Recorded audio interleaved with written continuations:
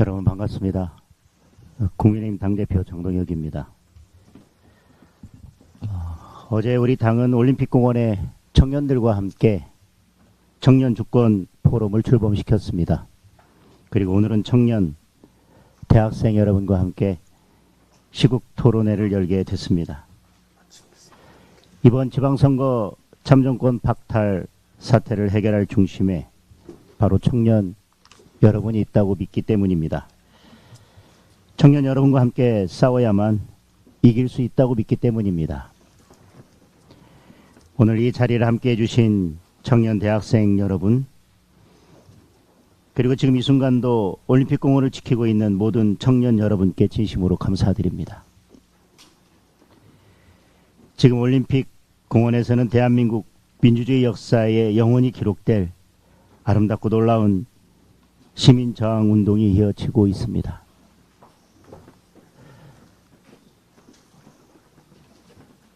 오늘 토론회를 시작하기에 앞서서 여느 때와 마찬가지로 국회에 대한 경례를 했지만 올림픽공원에서 우리 청년과 대학생들, 시민들이 참정권 회복을 외치며 들고 계신 태극기를 바라보는 오늘의 느낌은 전혀 남달랐습니다.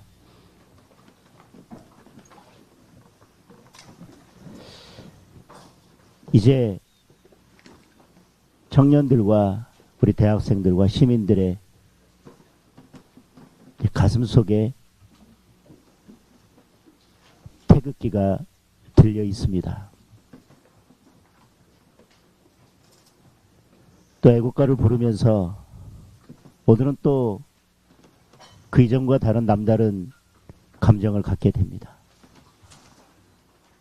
올림픽공원에 모인 시민들은 부정선거 재선거 당일 투표 수개표라는 구호를 외치다가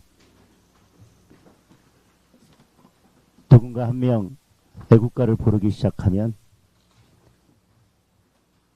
모두가 한 목소리로 4절까지 애국가를 부르기 시작합니다.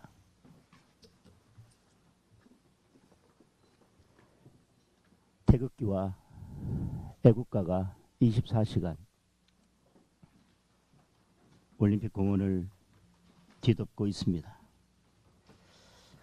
낮에는 학교와 일터에서 자신의 할 일을 하고 밤이면 올림픽공원을 지키는 청년들이 있습니다. 어떤 청년은 자신의 일조차 내려놓고 24시간 올림픽공원을 지키는 청년도 있습니다. 누가 시키지도 않은 자원봉사를 하며 땀을 흘리고 있습니다. 태극기를 그려 나눠주는 청년들, 음악과 노래로 함께하는 청년들, 올공과외, 올공유치원을 열어 재능을 기부하는 청년들, 모두가 각자의 재능을 발휘하며 시민들과 함께하고 있습니다.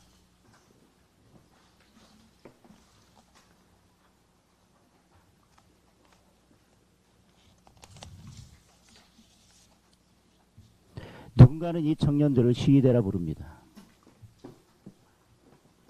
누군가는 이 시민들에게 폭도의 올가미를 씌우려 하고 있습니다. 국민이 심판하고 역사가 심판하게 될 것입니다. 그 이름들을 국민의 가슴 속에 새기고 역사가 기록하게 될 것입니다. 어른들의 격려도 이어지고 있습니다. 전국 각지에서 청년들과 시민들을 위한 물품이 몰려들고 푸드트럭을 몰고 나와 무료로 음식을 나눠주는 분들도 줄을 잇습니다. 도화지에 부끄럽다는 어른들의 글이, 그리고 청년들이 있어서 너희들에게 부끄럽지 않으려고 나왔다는 어른들의 글이 여기저기 붙어 있습니다. 올림픽공원이 대한민국 민주주의의 새로운 성지가 된 것입니다.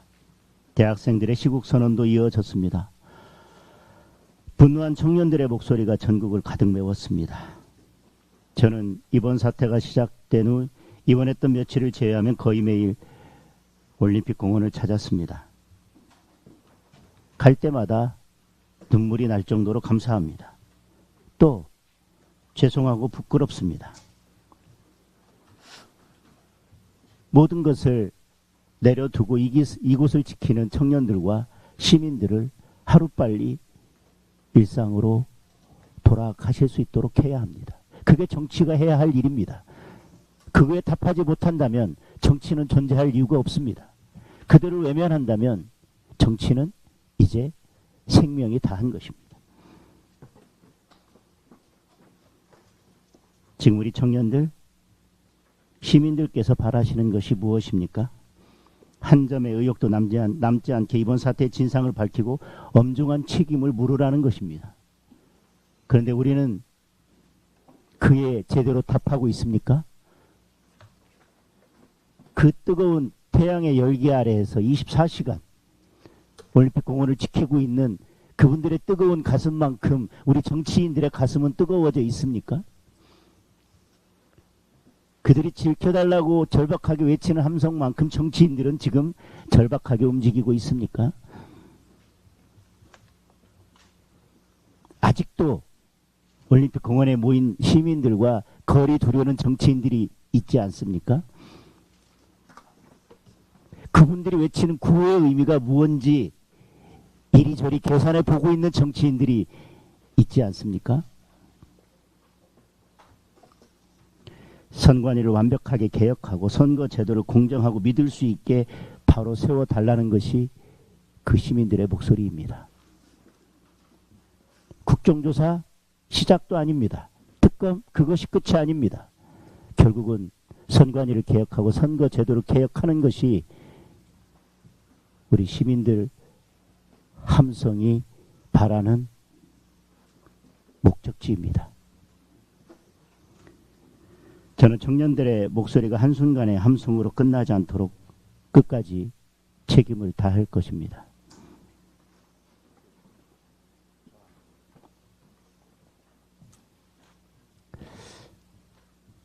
우리 대표팀의 월드컵 예선 3차전을 보면서 분노한 이유는 한 가지일 것입니다. 목숨 걸고 끝까지 열심히 최선을 다해서 싸우지 않았다는 것. 누군가 쓰러지고 어떤 때는 다리가 부러지고 어떤 때는 이마에 피를 흘리며 싸웠다면 어떤 패배에도 비난하는 국민들은 단 한 사람도 없었을 것입니다. 지금 이 올림픽 공원에 함성을 외면하고 그분들과 함께 목숨 걸고 싸우지 않는다면 결국 그 비난은 뒷짐지고 있었던 정치인들의 몫이 될 것입니다.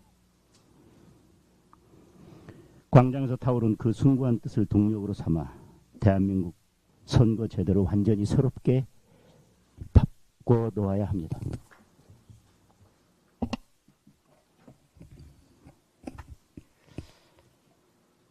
어제 민주당이 특검을 받겠다고 밝혔습니다. 이 특검은 국민의힘이 얻어낸 것도 민주당이 양보한 것도 아닙니다. 특검을 맨 처음 요구한 것은 올림픽 공원에 모인 시민들이었습니다. 그리고 어제 특검 수용회까지 이룰 수 있도록 만들어 주신 것도 시민들의 함성입니다. 누구도 여기서 정치적 계산을 따질 수 없습니다. 오롯이 시민들의 몫입니다. 저는 그래서 이 참정권 수호 특검을 이제 국민특검이라 부르겠습니다. 국민들이 먼저 요구하시고 국민들이 얻어낸 결과를 만들어낸 특검입니다. 그런데 민주당이 특검 수용을 선언해 놓고 이리저리 핑계를 대면서 이번에도 뭉개고 넘어가려 한다면 국민특검을 놓고 국민특검 앞에서 국민을 기만하려 한다면 결국 국민의 분노가 이 정권을 집어삼키게 될 것입니다. 그리고 국민의힘도 그 특검을 국민들이 원하는 방향으로 국민의힘이 주도하는 특검으로 만들어내지 못한다면 국민들의 분노가 똑같이 국민의힘으로 향할 것이라고 생각합니다.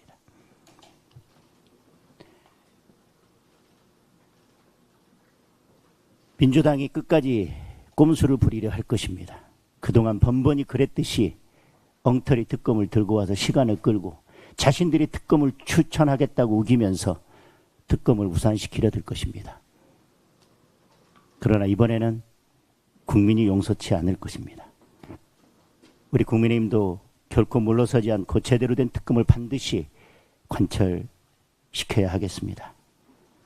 국민의힘이 추천하는 특검만이 진실을 규명할 수 있습니다.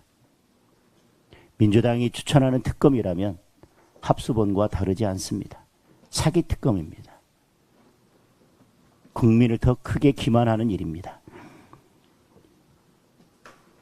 특검 결과에 따라 잘못된 선거를 바로잡고 재선거를 실시할 수 있도록 지금부터 꼼꼼히 준비해야 할 것입니다.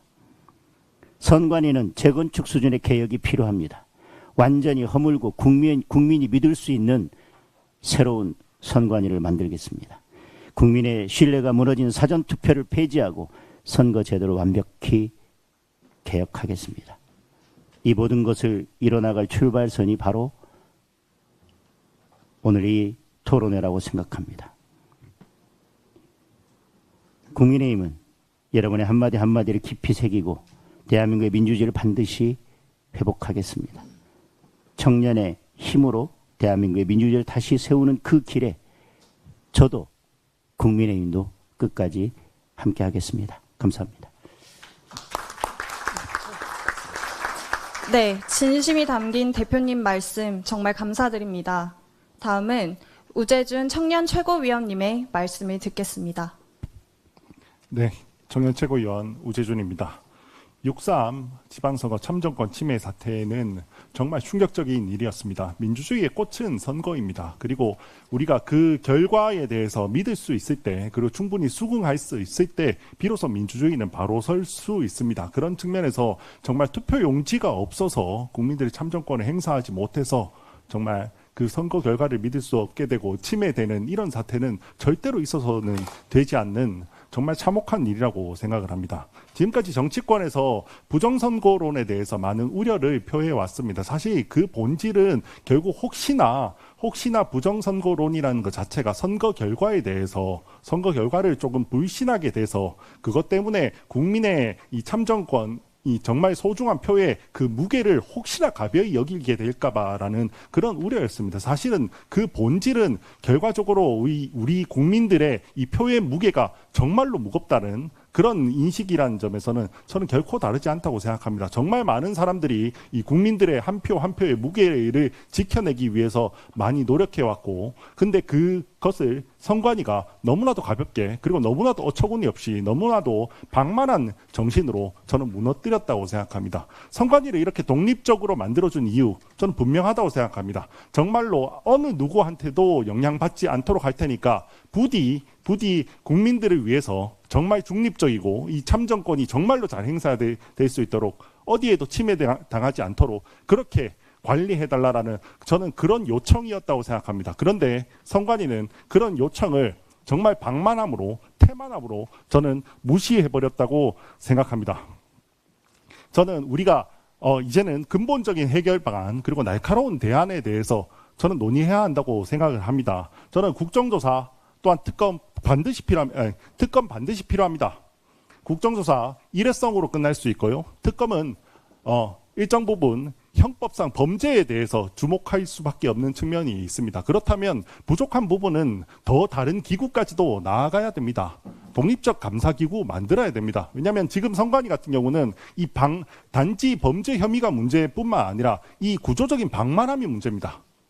또한 지금 어디서 어디까지 문제인지 알 수도 없습니다. 저는 투표용지 침해 사태 이번에 밝혀졌으니까 지금 선관위가 이런 식으로 관리하고 있는 거 알았습니다. 혹시 다른 곳에서 지금 선관위가 또 이상한 짓 하고 있을지 모릅니다. 또 더 태만한 짓 해서 또 우리 국민들의 참정권을 침해할 수 있는 그런 행동을 하고 있을지 모릅니다. 그런 것들 미리 선제적으로 가서 우리가 파악하고 개선해야 됩니다. 그러려면 독립적인 감사기구가 필요합니다. 과거에 감사원에서 감사를 하려고 하니까 선관위가 정말 어처구니 없이 자기들은 독립기구라고 감사받지 않겠다고 헌법 소원 냈습니다. 너무나도 아쉽게 헌재가 그 부분 선관위 손을 들어줬습니다. 자, 그러면 우리가 해야 될 건 간단합니다. 그때 있었던 헌재의 지적사항들 반영해서 위헌성 없게 독립적 감사기구 만들어주면 됩니다. 그때 행정부 산하에 감사원이 있어서 그래서 그 감사에 대해서는 문제가 있다고 했으면 행정부의 영향을 받지 않는 그런 독립적 감사기구 만들어주면 됩니다. 그리고 거기에서 아주 철저하게 선관위 감사해서 지금과 같은 일이 다시 일어나지 않게 또는 이와 비슷한 일을 지금과 같은 지금보다 더 충격적인 일이 일어나지 않게 철저하게 우리가 감사해야 됩니다. 저는 이번 사건 보면서 정말 우리 청년들 그리고 특히 대학생들 그리고 올림픽 공원에 계신 모든 분들께 정말 너무 감사드린다는 말씀을 드립니다. 정말 여러분 덕분에 정말 우리나라 민주주의를 지켜낼 수 그래도 민주주의에 대해서 다시 한번 논의하게 됐고 저희는 그 정말 열망을 받아서 더 날카로운 대안으로 정말 선관위 개혁할 수 있도록 하겠습니다. 이상입니다. 네, 좋은 말씀 감사드립니다. 다음은 정의용 사무총장님의 말씀을 듣겠습니다. 예, 함께해 주신 우리 청년 분들께 진심으로 감사드리고 우리 참정권 주권이 훼손된 현장에서 분노하고 또 이 불공정 불의에 항의하고 한가하고 계시는 많은 국민들께 진심으로 존경을 표하겠습니다. 여러분들과 끝까지 진실을 밝히는 실질적인 특검이 이루어질 수 있도록 노력하도록 하겠습니다. 오늘 참석하신 분들 말씀 경청하는 시간 가지겠습니다. 고맙습니다. 좋은 말씀 감사드립니다. 다음은 윤상현 의원님의 말씀을 듣겠습니다. 대한민국 헌법 1조에 보면은 대한민국 민주공화국이다. 대한민국의 주권은 국민에게 있고 모든 권력은 국민으로부터 나온다라고 규정되어 있습니다. 이 헌법 조항을 실질적으로 구현하는 것이 바로 선거입니다. 그래서 우리가 헌법 24조에 보면은 모든 국민은 법률이 정하는 바에 의하여 선거권을 가진다라고 되어 있습니다. 우리 정치인들이 근거 옥조처럼 생각하는 공직선거법 제6조에 보면은 국가는 국민이 선거권을 행사할 수 있도록 필요한 조치를 취해야 한다라고 되어 있습니다. 그런데 국가가 필요한 조치를 취하지 못했습니다. 국가가 실종됐습니다. 이게 선관위 한 기관에게만 돌릴 일이냐? 국가를 책임진 사람이 누굽니까? 대통령, 정부 아닙니까? 전부 선관위에다 떠넘기고 있습니다. 그런데 나머지 대한민국의 다른 헌법기관들은 방치했습니다. 국회도 방치했습니다. 감사원도 방치했습니다. 헌법재판소 방치했습니다. 정말로 총체적인 국가 기능 상태에 처절한 자욱한 실패사로 기록이 될 것이다. 북한이라는 나라 이러지 않습니다. 북한에서 투표용지 부족한 사태 일어납니까? 대한민국 10대 경제 대국이라고 합니다. K-팝, K-푸드, K-컬처. 그런데 K-페이퍼가 없어가지고 준비한 선거를 못 치는 나라. 이게 대한민국의 현재 단면입니다. 저는 청년 대학생 여러분들이 울분을 가지고 정의감에 이런 행사를 갖고 광장으로 나가는 것에 대해서 깊은 경의를 표합니다.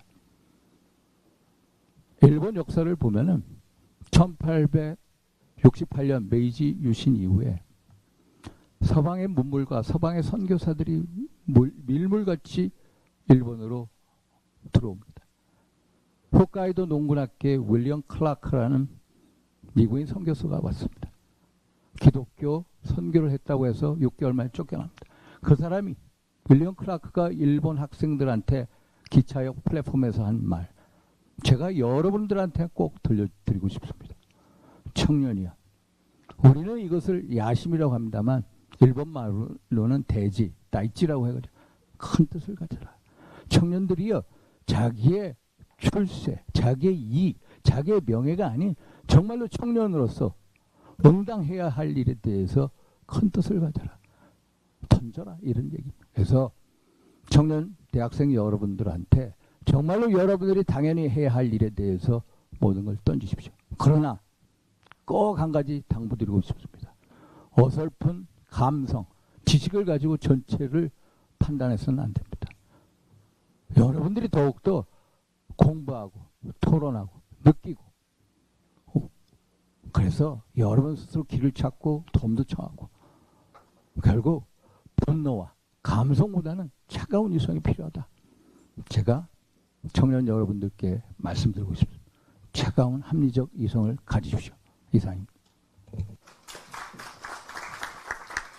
네, 청년을 향한 말씀 감사드립니다. 다음은 나경원 의원님의 말씀을 듣겠습니다.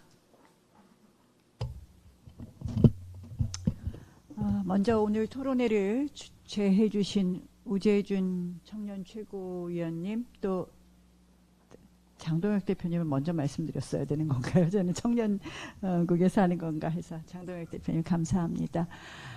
여기 함께해 주신 또 청년 여러분들께 또 깊은 감사드립니다.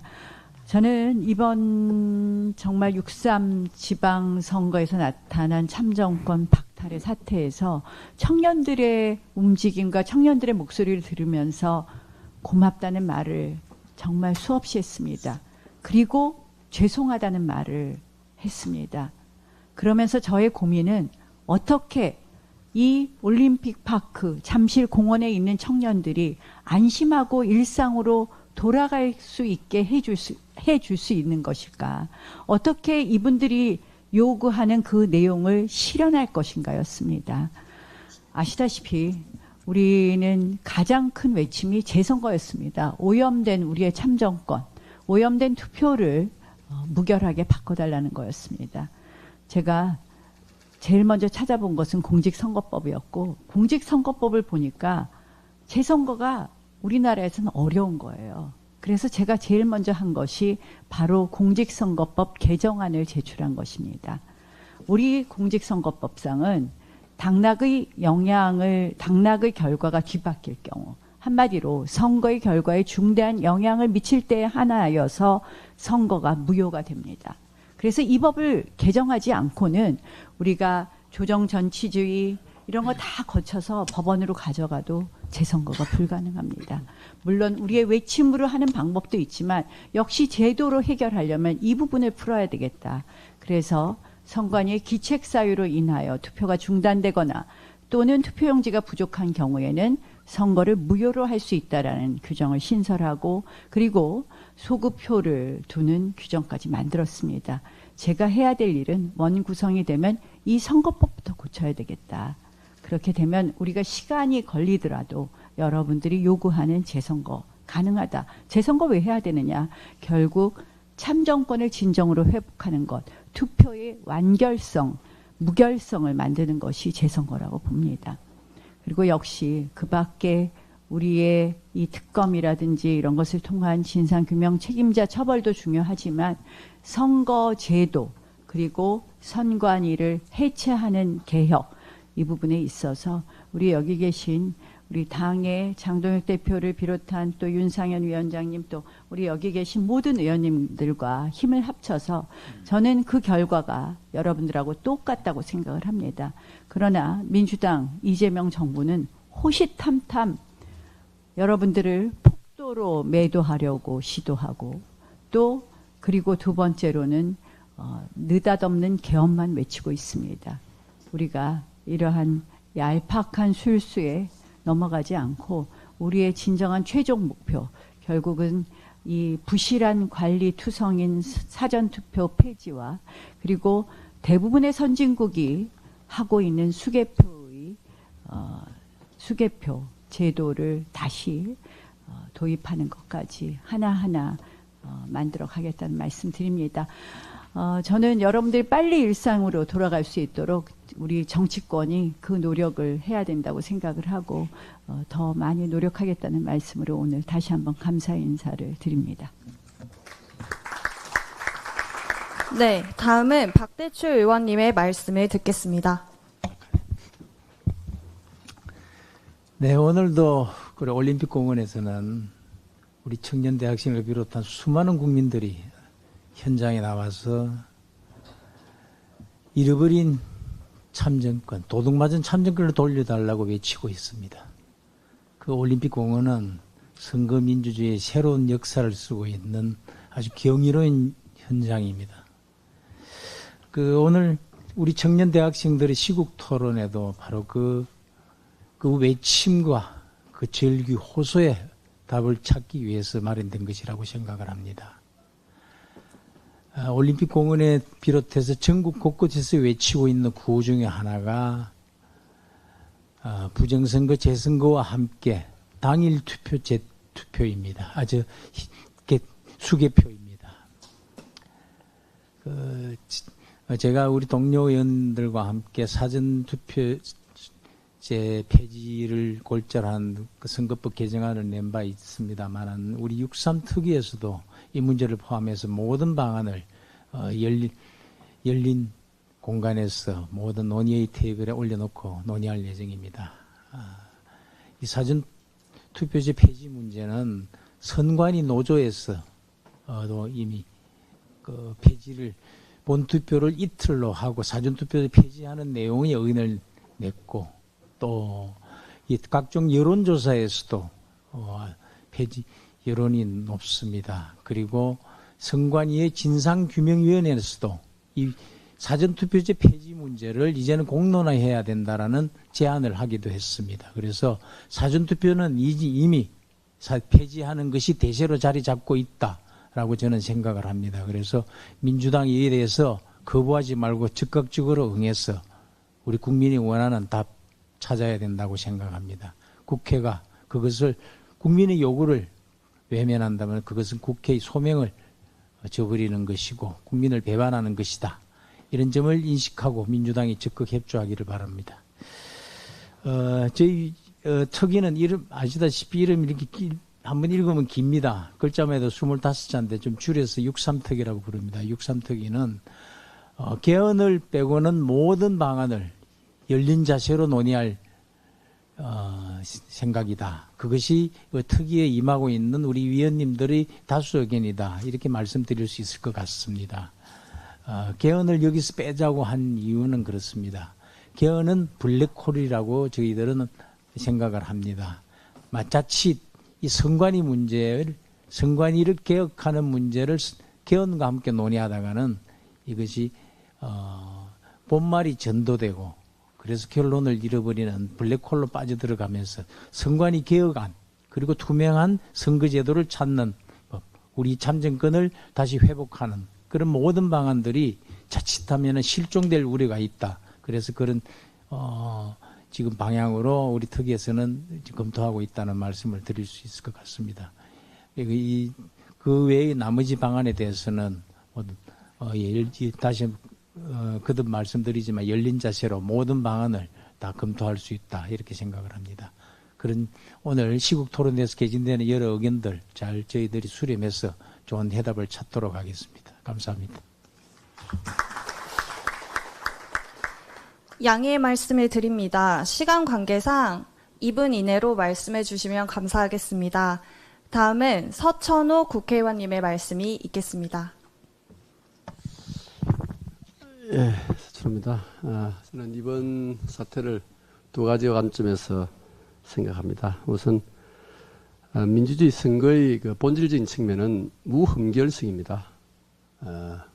각종 헌법을 포함해서 각종 법규에서도 그렇게 요구를 하고 있고 또 학문적으로도 그렇게 정립이 되어 있습니다. 그래서 이 무흠결성을 이 본질을 실현하자면 어떤 흠결이 있다는 것을 다 알고 있을 테니까 제가 생략을 합니다. 그러면 재선거를 통해서 이 소위 흠결을 보완해야 된다 하는 측면이 하나 있고요. 두 번째는 시간적인 측면입니다. 6.3 선거의 소위 이 사태는 현재도 진행형입니다. 이 진행형 부분은 진행되고 있는 이 여러 가지 불합리한 상황을 다시 원상 회복하자면 이 역시 재선거를 통해서 실시해 이 소위 여러 가지 불합리한 사항을 시정을 해야 된다. 그 두 가지 측면에서 본질적 선거라는 민주주의 선거라는 본질적인 측면, 또 시점적인 측면, 이 두 가지에서 비롯되는 여러 가지 문제점을 해소하자면 재선거가 우선 실시돼야 된다 하는 그런 생각을 가지고 있습니다. 그 이후에 제도개혁 또 선거에 관한 많은 문제들을 점차 보완해 나가는 그런 수순이 필요하자 이런 생각을 합니다. 오늘 참석하신 모든 분들 좋은 의견 경청하고 또 의정활동을 통해서 같이 반영할 수 있도록 노력하겠습니다. 감사합니다. 다음은 김장겸 국회의원님의 말씀이 있겠습니다. 예, 저희가 어제 대외협력위원회, 제가 대외협력위원장인데 그 산하의 청년 주권 포럼을 발족을 시켰습니다. 그래서 올림픽 공원 집회에 참가한 청년들이 직접 와서 목소리를 들었는데 오늘 토론회 역시 좋은 의견 저희들이 수렴해서 광장의 함성, 공원의 함성, 여러 청년들의 함성을 제도권 안에 수렴하도록 노력하도록 하겠습니다. 감사합니다. 다음은 최보윤 국회의원님의 말씀이 있겠습니다. 네, 간단히 말씀드리겠습니다. 지금 당 수석대변인으로서 또 그리고 국정조사 특위의 위원으로서 여러분들의 목소리로 세상이 바뀔 수 있는데 미력이나마 최선을 다하겠다는 말씀드립니다. 감사합니다. 다음은 김민전 국회의원님의 말씀이 있겠습니다.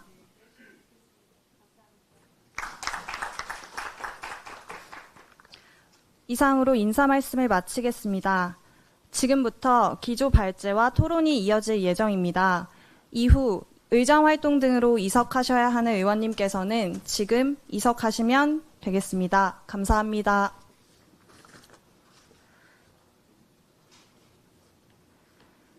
다음은 발제 및 토론 순서입니다. 지금부터는 좌장을 맡아주신 지성우 성균관대 법학전문대학원 교수님께서 발제와 토론을 진행해 주시겠습니다. 그럼 지금부터 교수님께 진행을 부탁드리겠습니다. 감사합니다. 네, 안녕하십니까. 오늘 토론회 좌장을 맡은 성균관대학교 법학전문대학원의 지성우 교수입니다. 바쁘신 가운데에서도 이렇게 참석해 주신 장동혁 대표님 그리고 여러 의원님들 그리고 내빈 여러분께 진심으로 감사의 말씀을 드리고요. 오늘 토론회의 주인공이신 청년, 대학생 여러분께도 깊은 감사를 드립니다.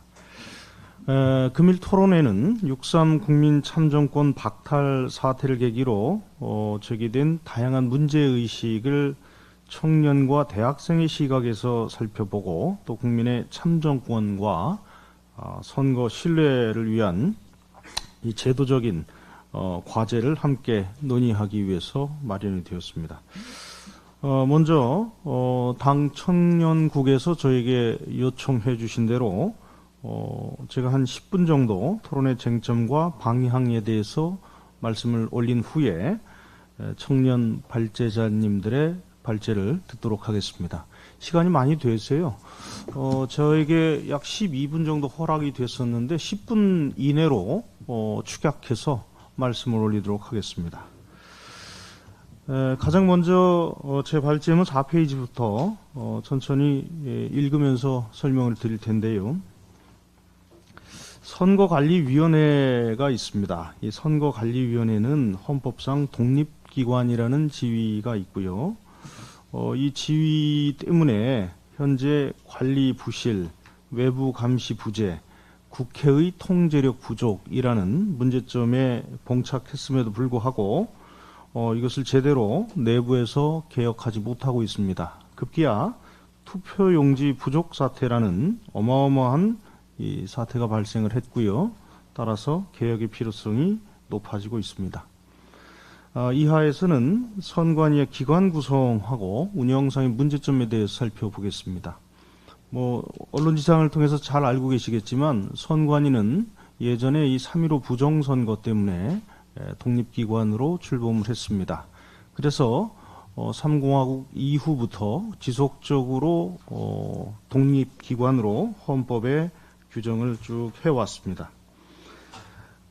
제가 계속적으로 강조하고 있는 바는 우리 헌법은 국회, 대통령, 정부, 감사원 이렇게 규정을 하고 있는데 제 7장을 자세히 보시면 7장은 선거관리위원회가 아닙니다. 7장은 선거관리라고 되어 있습니다. 저는 이것이 우리가 이 선거관리위원회의 문제점을 파악하는데 가장 획기적인 방향 전환적인 그런 사안이다라고 생각합니다.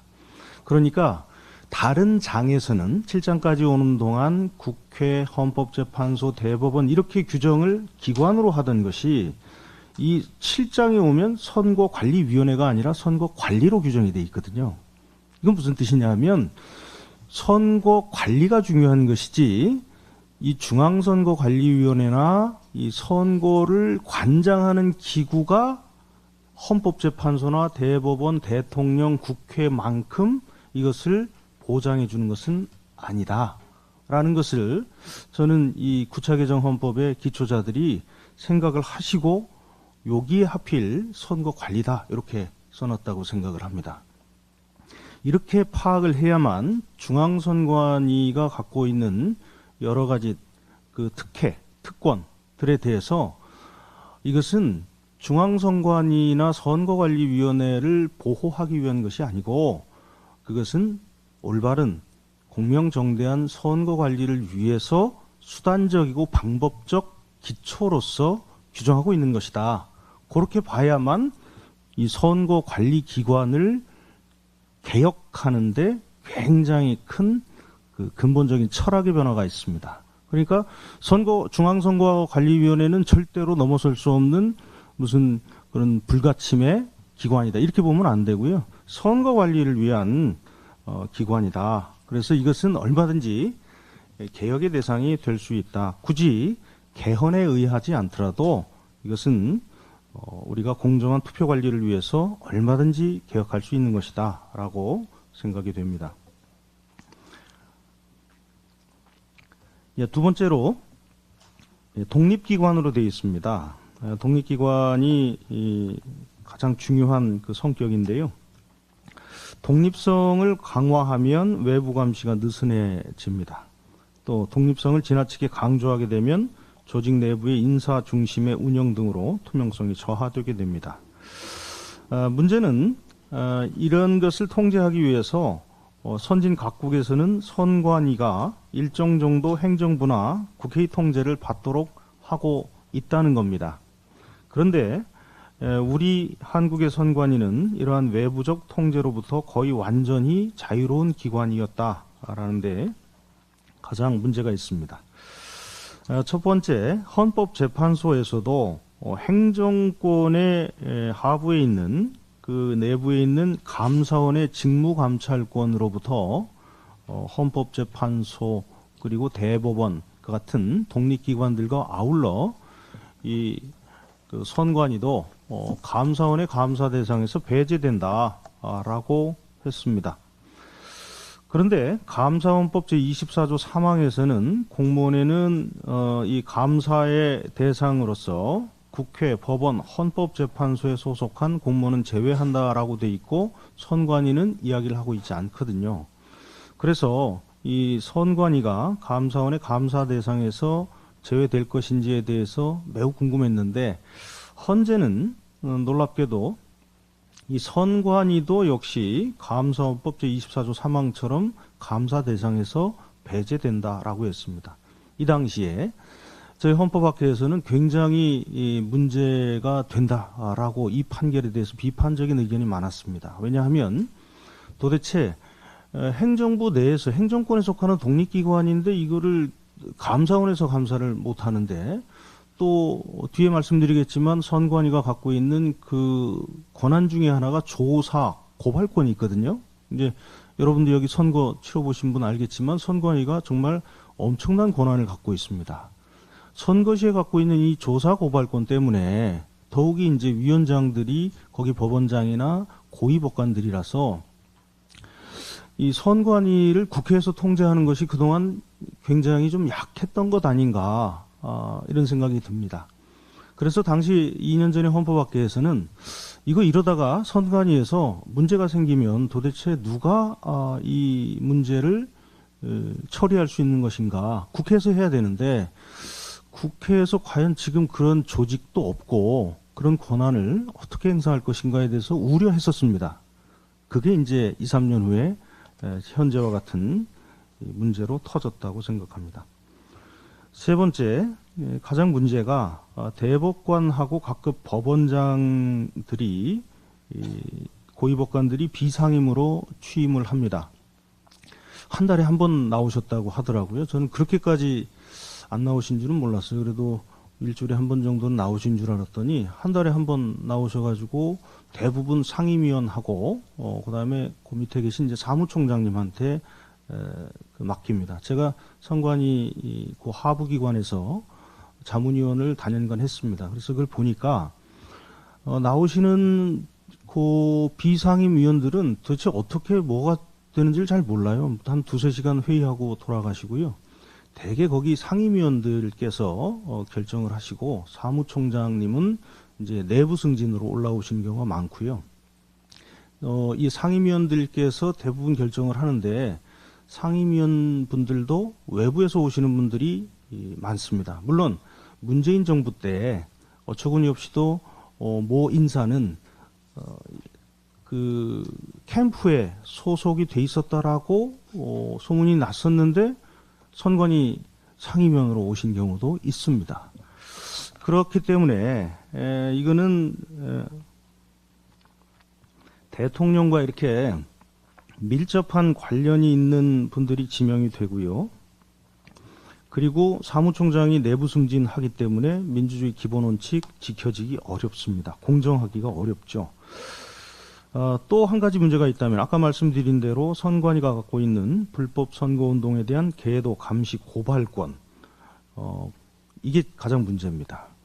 우리나라 공직선거법은 제가 해외 사례를 쭉 찾아보니까 해외 사례 그러면 이제 미국, 영국, 프랑스, 독일, 일본 이런 정도를 보게 되는데 그 중에서 일본 정도를 제외하면 우리나라의 공직선거법이 전 세계에서 가장 어렵습니다. 그래서 제가 헌법 시간에 이거 강의할 때요, 공직선거법 쪽에 들어가면 정말 학생들이, 로스쿨 학생들이 어려워합니다. 그게 왜냐? 굉장히 복잡하고 또 그 복잡한 것들이 판례도 일관성이 없고 이론적으로도 굉장히 문제가 많이 됩니다. 제가 보기엔 아까 선거관리위원회를 개혁하려면 선관위의 조직 쪽에 지금 치중해서 말씀들을 많이 하시는데 제가 보기에는 그 선거관리라는 그걸 제대로 하려면 우리 헌법의 취지에 맞추려면 이 조사고발권을 굉장히 자세하게 보고 필요 없는 조사고발권 또 필수 불가결하지 않은 이 권한들은 이거는 경찰로 넘기거나 다른 조사기관으로 이관하는 방법도 저희들이 한번 생각을 해봐야 합니다. 선관위의 힘은 이 조사고발권과 선거관리권 중에서 조사고발권에서 나오거든요. 근데 이걸 굳이 조사고발권을 본인들이 하고 또 법관님들이 나오셔가지고 그 비상임으로 여기에 대해서 판단을 하시는데 나중에 법원에 가면 그분들이 판단한 것을 중심으로 해서 판단하기 때문에 구조적으로 선관위가 힘을 가질 수밖에 없는 그런 문제가 있습니다. 그래서 선거 관리 업무에 집중을 좀 하게 하고 정당이나 선거에 관한 감독 업무, 고발 업무 이런 것들은 좀 선진국 사례를 참고해서 대폭적으로 선거 운동의 자유를 좀 보장하는 쪽으로 규제를 완화해야 되는 것 아닌가. 지금 규제 완화 얘기 많이 나옵니다. 규제 샌드박스라고 해서 일정한 규제들을 많이 그 자동적으로 없애는 것도 나오는데 유독 이 선거제도에 관해서는 규제 완화 얘기가 잘 없습니다. 그래서 이거를 공직선거의 자유, 참정권의 보장, 그 다음에 정당 선거 제도에 대한 그런 참정권을 확대한다라는 차원에서 규제 완화라는 차원에서 보면 그 선거의 자유가 좀 더 보장되지 않을까 싶습니다. 그 밑에 해외의 선거관리기관에 대해서는 지방분권형이 있고 또 캐나다, 호주처럼 독립기관형이 있고 독일처럼 혼합형 국가가 있습니다. 공통적인 것은 첫째, 우리처럼 헌법에 직접 규정한 바는 거의 없습니다. 두 번째, 행정기관에서 여기에 대한 일정한 감독권을 더 갖고 있고요. 세 번째, 의회에서 평소에 관리 감독을 합니다. 그래서 이 세 가지가 우리나라에는 거의 전혀 없는 조직이기 때문에 이것은 우리 헌법상의 견제와 균형의 원리에 부합하지 않는다라고 생각을 하고요. 상임화 필요합니다. 그런데 이 첫째 상임화의 문제는 이런 딜레마가 있습니다. 상임화를 해놓으면 지금 중앙선거관리위원회 위원장께서 대법관이시거든요. 같이 겸임을 하시는데 대법관님이 상임화가 되면 겸직 금지의 의무가 있습니다. 그러니까 이걸 상임화를 한다라고 하시는 분들은 그러면 대법원과의 관계를 끊을 것인가? 라는 생각을 해야 되고, 만약에 대법원과의 관계가 끊기면 나머지 6분은 대통령이 임명하거나 국회에서 임명하시는 분들인데 그분 중에 누군가가 그 대법관은 제외하고 나머지 8분으로만 호선하게 되면 헌법 취지에는 또 맞지 않는 것 아닌가? 이런 것까지를 좀 상세하게 봐야 되고요. 두 번째는 선관위와 법원과의 관계, 이거 분리한다는 얘기가 많습니다. 근데 이걸 분리를 해놓으면 법원 쪽에 제가 여쭤보니까 도대체 우리가 가장 공정한 사람들인 것 같다. 저도 뭐 일정 부분 인정합니다. 그래서 법원과의 관계를 끊었을 경우에 과연 정치권에서의 그 간섭에 대해서는 또 어떻게 할 것인가의 문제도 같이 얘기를 해봐야 됩니다. 국회에서 통제해야 하고요. 독립된 감독기구 꼭 만들어야 될 것 같습니다. 그리고 언론사의 시청자위원회 같은 국민 감시기구가 필요할 것 같고, 그다음에 고발 업무, 아까 말씀드렸다시피 이거는 대폭 축소하거나 폐지하고 본연의 선거 관리 업무에, 헌법에 그렇게 규정이 되어 있습니다. 선거 관리 업무에 집중할 수 있도록 해야 한다. 말씀을 맺으면 제가 보기에 제 경험상 단순한 일회성 해프닝이 아닌 것 같습니다. 누적된 피로가 축적이 돼서 이게 하일리 법칙처럼 이게 문제가 축적이 되다가 갑자기 어떤 계기로 이 사건이 터졌기 때문에 더 이상 방치해서는 좀 곤란하다. 근본적인 개혁이 필요하다면 국정조사, 그다음에 특검, 또 법률들을 개정하고 나아가선 재선거까지 저희들이 신중하게 논의를 해봐야 될 것 같습니다. 예, 감사합니다.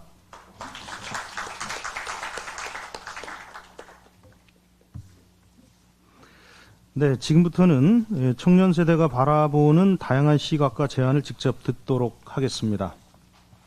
네 분의 발제자를 모셨는데요. 첫 번째 청년 발제는 김한슬 청년 공개 오디션 우승자가 민주주의 네이티브 청년 세대는 왜 6.3 지방선거에 분노하는가를 주제로 발표를 해 주시겠습니다.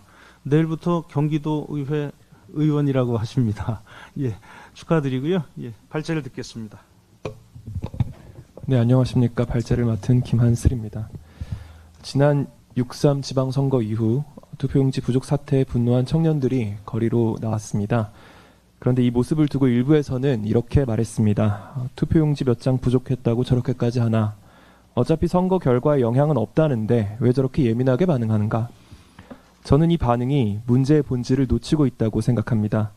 청년 세대의 분노는 단지 6.3 지방선거 하루에 벌어진 단순한 사고에 대한 과잉 반응이 아닙니다.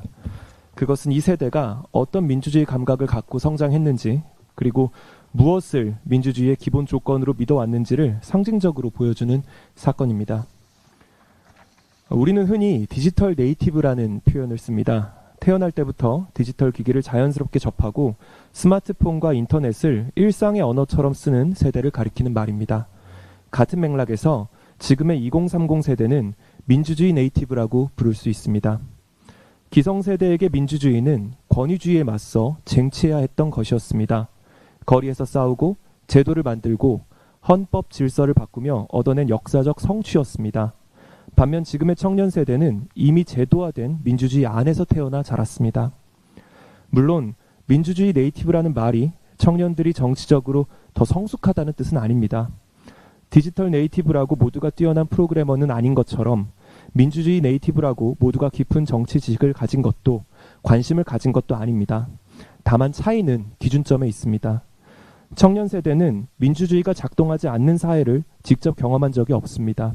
그래서 이들은 현실의 민주주의를 과거의 권위주의와 비교하면서 그래도 예전보다는 낫다라고 평가하지 않습니다. 이들에게 중요한 것은 민주주의가 있느냐 없느냐가 아닙니다. 그 민주주의가 규칙대로 공정하게 돌아가고 있느냐입니다. 이 질문이 바로 6.3 사태를 바라보는 청년 세대의 핵심적인 문제의식이라고 생각합니다. 지금의 청년 세대는 민주주의, 선거, 투표를 몸으로 겪으며 성장했습니다. 이들이 처음 투표를 접한 곳은 대개 초등학교 교실이었습니다. 학급 임원 선거, 반장 선거, 학급 회의를 통해 다수결의 원칙을 배우고 소수 의견을 존중해야 한다는 말을 들었고 결과에 승복하는 태도를 보였습니다. 중학교와 고등학교에서는 선거의 원칙, 참정권의 의미, 공정한 절차의 중요성을 배웁니다. 교과서는 참정권을 국가 의사결정에 참여하는 국민의 권리로 설명합니다. 그러니까 지금의 청년 세대에게 투표권은 특별히 쟁취한 전리품이라기보다는 태어날 때부터 보장되어야 하는 보편적 기본권에 가깝습니다.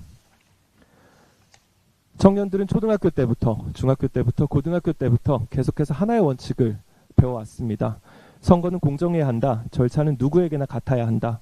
규칙은 임의로 바꿔서는 안 된다. 결과의 정당성은 절차의 공정성에서 나온다. 이 기준이 6.3 사태에서 모두 무너진 것입니다. 청년 세대가 가장 민감하게 반응하는 가치는 절차적 공정성과 기회의 평등입니다. 누구는 시험지를 받고 누구는 받지 못한다면 그 시험 결과를 정당하다고 말할 수 있겠습니까?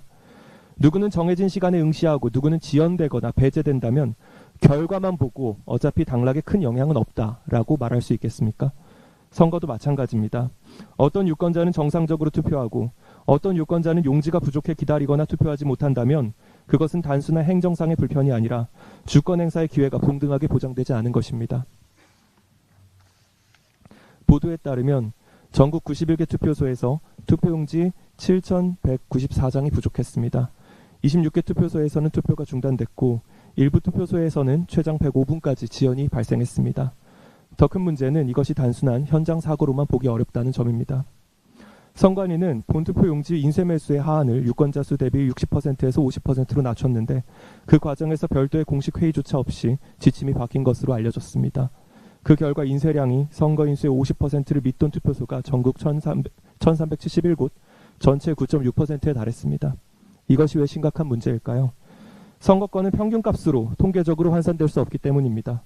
전국적으로 결과가 바뀌지 않았다는 말만으로는 충분하지 않습니다. 유권자 한 사람에게 투표권은 전체 통계의 일부가 아니라 각자가 가진 헌법적 권리입니다. 대부분은 투표할 수 있었다. 결과에 큰 영향이 없었다. 결과 전체적으로 보면 문제가 없다. 이런 설명은 선거를 관리하는 기관의 변명일 뿐입니다.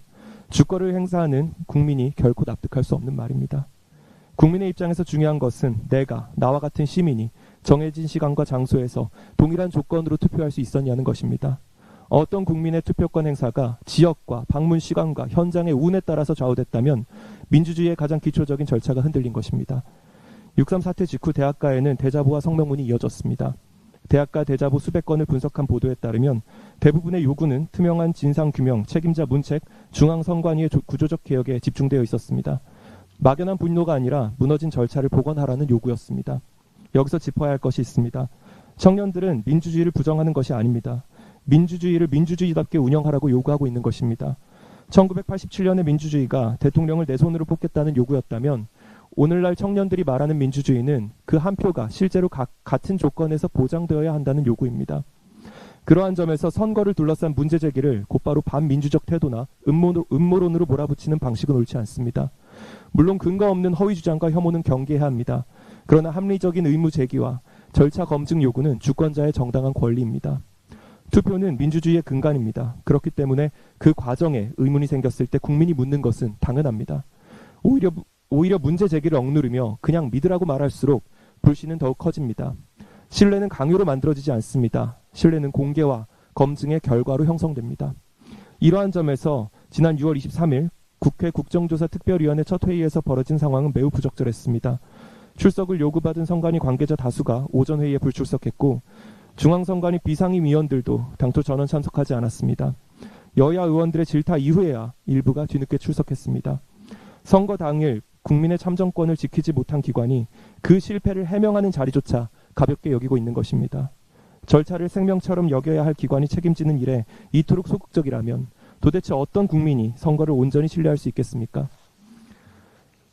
국민의 합리적인 의문 앞에서 책임 있는 기관이 취해야 할 태도는 분명합니다. 무조건 믿어달라가 아니라 투명하게 검증할 수 있게 하겠다여야 합니다. 여러 조사에서 청년 세대는 정치 체제에 대한 만족도와 제도 신뢰도가 낮은 편으로 나타납니다. 2024년 총선에서도 20대 투표율은 전 세대 가운데 가장 낮았습니다. 그래서 많은 이들은 청년을 정치에 무관심한 세대라고 말합니다.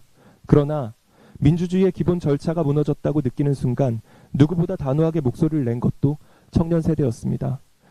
모순처럼 보이는 이 태도 안에 청년 세대의 본질이 있다고 생각합니다. 이들은 특정 정치인을 무조건 신뢰하지도 않고 특정 기관의 권위를 그대로 받아들이지도 않습니다.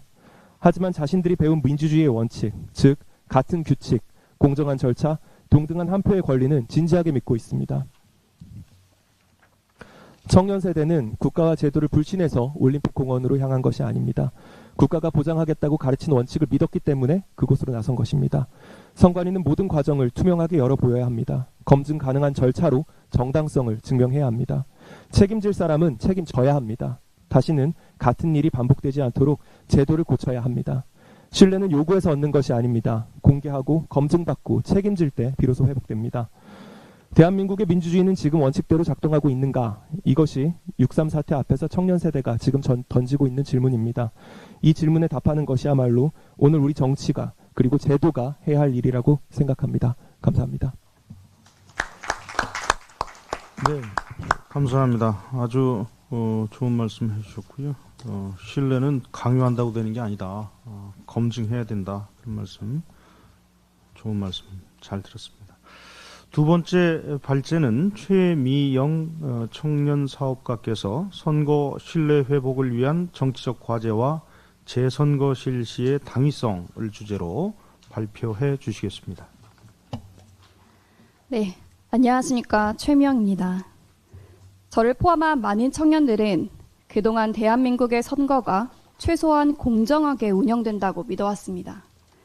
의견은 다를 수 있어도, 정당은 다를 수 있어도 선거만큼은 공정해야 한다고 믿었습니다. 하지만 이번 6.3 사태는 그 믿음을 산산조각 냈습니다. 많은 청년들이 실망했고 분노했습니다. 민주주의에서 선거는 단순한 행정 절차가 아닙니다. 헌법에서 보장하는 국민주권과 선거권이 실제로 행사되는 가장 직접적인 과정입니다. 따라서 이번 6.3 선거에서 발생한 투표용지 부족 사태는 단순한 행정착오로 보기 어렵습니다. 다수 투표소에서 투표용지가 부족해 투표가 지연되거나 중단됐고 일부 유권자들은 정상적으로 투표권을 행사하지 못했습니다. 이는 헌법이 보장한 국민의 선거권이 제대로 보호되었는지 묻는 중대한 문제입니다. 저희는 학교에서부터 선거가 민주주의의 핵심이며 공정한 절차를 통해 국민의 뜻이 반영되어야 한다고 배워왔습니다. 또한 입시, 취업, 창업 등 사회 진입 과정에서 청년들은 늘 공정한 규칙과 투명한 절차를 요구받아 왔습니다. 그래서 청년들은 이번 사태 앞에서 묻고 있습니다. 규칙은 공정했는가? 절차는 투명했는가? 시스템은 정상적으로 작동했는가? 이 질문에 확신 있게 답하지 못한다면 선거에 대한 신뢰는 흔들릴 수밖에 없습니다. 이번 사태의 본질은 단순히 투표용지 부족 문제가 아닙니다. 선거관리 시스템 전반에 대한 국민적 불신이 드러났다는 점입니다. 선거관리위원회는 대한민국 선거의 공정성과 투명성을 책임지는 헌법기관입니다. 그렇기 때문에 누구보다 높은 수준의 책임성과 전문성이 요구됩니다. 하지만 이번 사태를 통해 드러난 것은 무엇입니까? 준비 실패, 대응 실패, 책임 회피. 실수보다 더 위험한 것은 책임 회피입니다. 문제가 발생했다면 정확히 설명하고 책임지고 구조를 바꿔야 합니다. 따라서 지금 필요한 것은 부분적인 보완이 아닙니다. 선거관리위원회 전반에 대한 해체 수준의 쇄신이 필요합니다. 인적 쇄신, 조직 쇄신, 시스템 쇄신 모두 필요합니다. 책임자를 문책하고 폐쇄적인 조직 운영 방식도 전면 개편해야 합니다. 나아가 투표 준비 단계부터 현장 대응, 비상 상황 관리, 투개표 방식까지 선거관리 시스템 전반을 원점에서 재설계해야 합니다.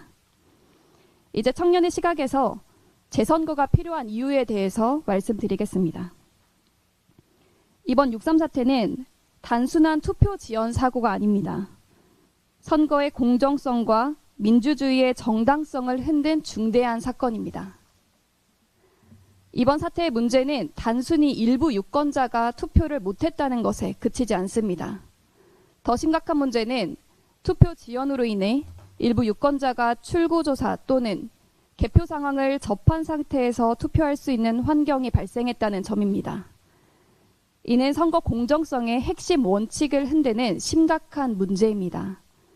모든 유권자는 동일한 시간, 동일한 조건, 동일한 정보 환경 속에서 투표해야 합니다. 그러나 누구는 아무 정보 없이 투표하고 누구는 선거 판세를 확인한 뒤에 투표하게 된다면 이를 공정한 선거라고 보기 어렵습니다. 이것은 단순한 행정 미숙이 아닙니다. 선거의 동시성과 공정성, 그리고 결과의 정당성까지 흔드는 본질적인 문제입니다. 이번 사태의 본질은 특정 지역의 문제라고만 볼 수 없습니다. 대한민국 선거 시스템 전체에 대한 국민적인 신뢰가 무너진 상황입니다. 일부 지역 재선거만으로는 이미 무너진 국민적 신뢰를 회복할 수 없습니다. 국민적 의혹을 해소하고 선거의 정당성을 다시 세우기 위해서는 전국 단위 재선거가 필요합니다. 재선거는 단순히 선거를 다시 치르는 절차가 아닙니다. 잘못된 절차를 바로잡고 공정한 선거 원칙을 회복하며 민주주의의 정당성을 다시 세우기 위한 책임 있는 선택입니다. 이제 정치가 국민 앞에 행동으로 답해야 할 때입니다. 저는 선거 신뢰 회복을 위해 3가지 정치적 과제가 필요하다고 생각합니다. 첫째, 철저한 진상규명입니다. 무엇이 문제였는지, 어디서부터 잘못되었는지 국민 앞에 투명하게 밝혀야 합니다. 둘째, 선거관리제도 전면 개혁입니다.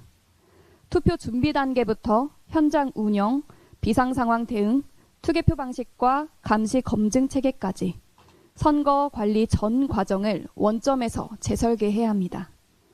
셋째, 재선거 실시입니다. 무너진 선거 신뢰를 회복하고 민주주의의 정당성을 다시 세우기 위해 가장 분명하고 책임 있는 조치는 재선거입니다. 특히 재선거는 사전투표가 아닌 본투표 중심으로 진행되어야 하며 개표 또한 국민 누구나 검증할 수 있도록 수개표 방식으로 투명성을 강화해야 합니다. 오늘날 청년 세대는 정치권에 묻고 있습니다. 대한민국 선거는 정말 공정한가? 국민의 한 표는 제대로 보호받고 있는가? 민주주의는 정상적으로 작동하고 있는가? 이 질문에 이제 답해야 할 때입니다. 6.3 참정권 박탈 사태는 단순한 사건으로 끝나서는 안 됩니다. 대한민국 선거제도와 민주주의를 다시 세우는 계기가 되어야 합니다. 저희 청년들은 침묵하지 않겠습니다. 무너진 민주주의를 바로 세울 때까지 끝까지 지켜보고 행동하겠습니다. 감사합니다. 네, 감사합니다. 특히 그 재선거와 관련해서 사전투표가 아닌 본투표 중심으로 진행을 해야 하고 또 수개표 방식으로 해야 된다라는 거 많은 공감대를 받고 있는 주제인 것 같습니다. 예, 이어서 세 번째 발제인데요. 정진우 청년회사원이십니다. 개표 불신 해소를 위한 사전투표 폐지 및 수개표 추진의 필요성에 대해서 발표를 해주시겠습니다.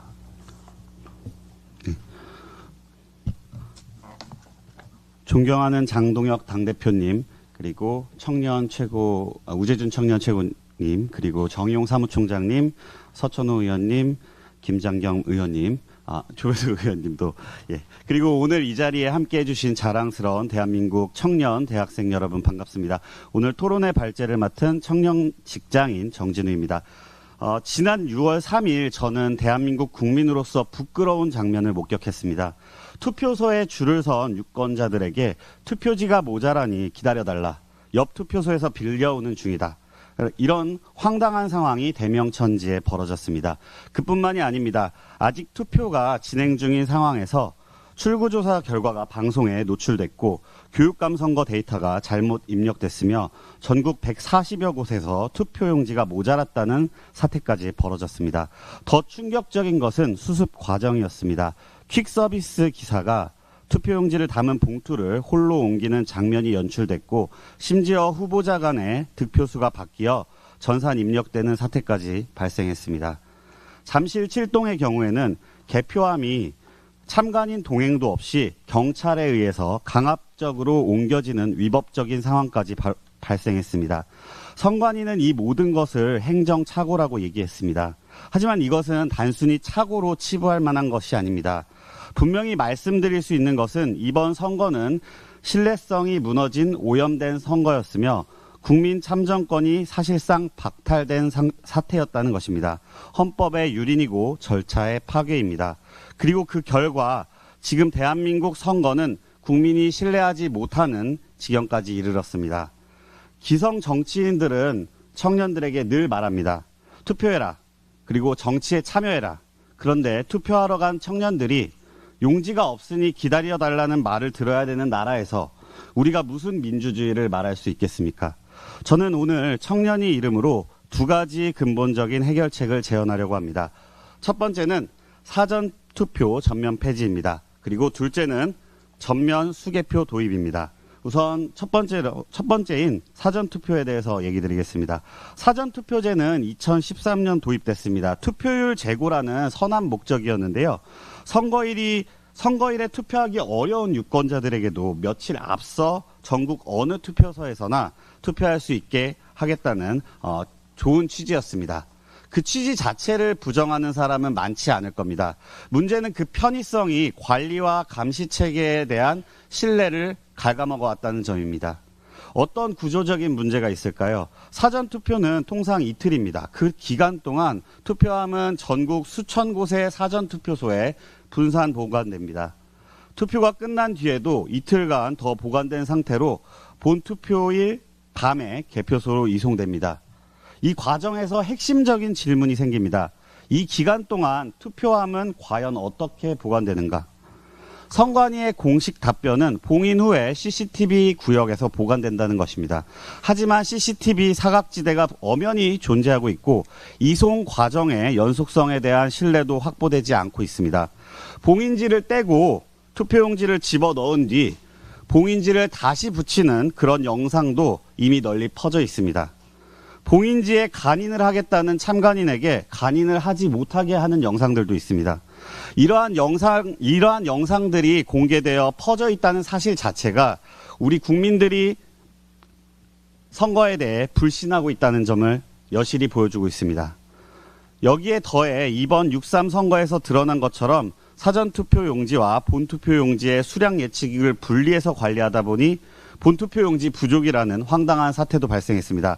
이 제도 자체의 관리가 근본적으로 부실하다는 방증입니다. 해외에서는 어떻게 할까요? 앞서 다른 발제자분들이 얘기해 주셨다시피 프랑스는 사전투표소를 운영하지 않고 있습니다. 투표일 당일 투표가 원칙입니다. 공정한 선거는 결과만으로 증명되지 않습니다. 과정이 투명해야 됩니다. 자, 두 번째로 수개표는 왜 필요한지에 대해서 얘기 드리겠습니다. 현재 대한민국 개표 방식은 전자개표기 중심입니다. 투표지에 기계를 넣으면 기계가 분류를 하고 그 결과를 컴퓨터에 입력하여 집계합니다. 사람은 이 과정을 모니터하는 수준으로 역할이 후퇴되어 있습니다. 언뜻 효율적으로 보일 수 있지만 기계가 잘못된 데이터를 출력하거나 조작하여 이루어진다면 어디서부터 무엇이 잘못되었는가 역추적이 불가능한 구조라고 생각합니다. 이와 관련해서 가장 강력한 사례는 독일입니다. 독일 연방헌법재판소는 2009년 전자투표기 사용에 대해 사실상 위헌에 가까운 판결을 이미 내렸습니다. 핵심 논리는 민주주의 선거에 대한 모든 핵심 절차는 특별한 전문기술 지식이 없는 일반 시민도 그 신뢰성을 스스로 검증할 수 있어야 한다는 것입니다. 기계와 서버 안에서 일어나는 일은 소프트웨어 혹은 컴퓨터 전문가가 아닌 이상 검증이 불가능합니다. 심지어 해커들이 조작에 개입할 수도 있습니다. 이것은 독일이 전자개표를 폐기한 이유입니다. 이후 독일은 완전 수개표 방식으로 돌아갔습니다. 개표에 시간이 걸리지만 선거 결과에 대한 국민적 신뢰는 유지됐습니다. 네덜란드 역시 전자투표에 대한 보안 취약성이 지적된 이후 전자투표기를 전면 폐기하고 수개표 체계로 복귀했습니다. 투명성이 효율성보다 중요하다는 사회적 합의가 그 결정의 배경이었습니다. 캐나다는 연방선거에서 전자개표를 사용하지 않고 있고 아일랜드 역시 마찬가지입니다. 직접 손으로 세는 과정은 단순하지만 가장 검증이 가능한 방식입니다. 수개표는 너무 오래 걸리는 거 아니냐라는 반론을 하시는 분들도 분명히 있습니다. 그런데 이 반론은 본말이 전도된 것입니다.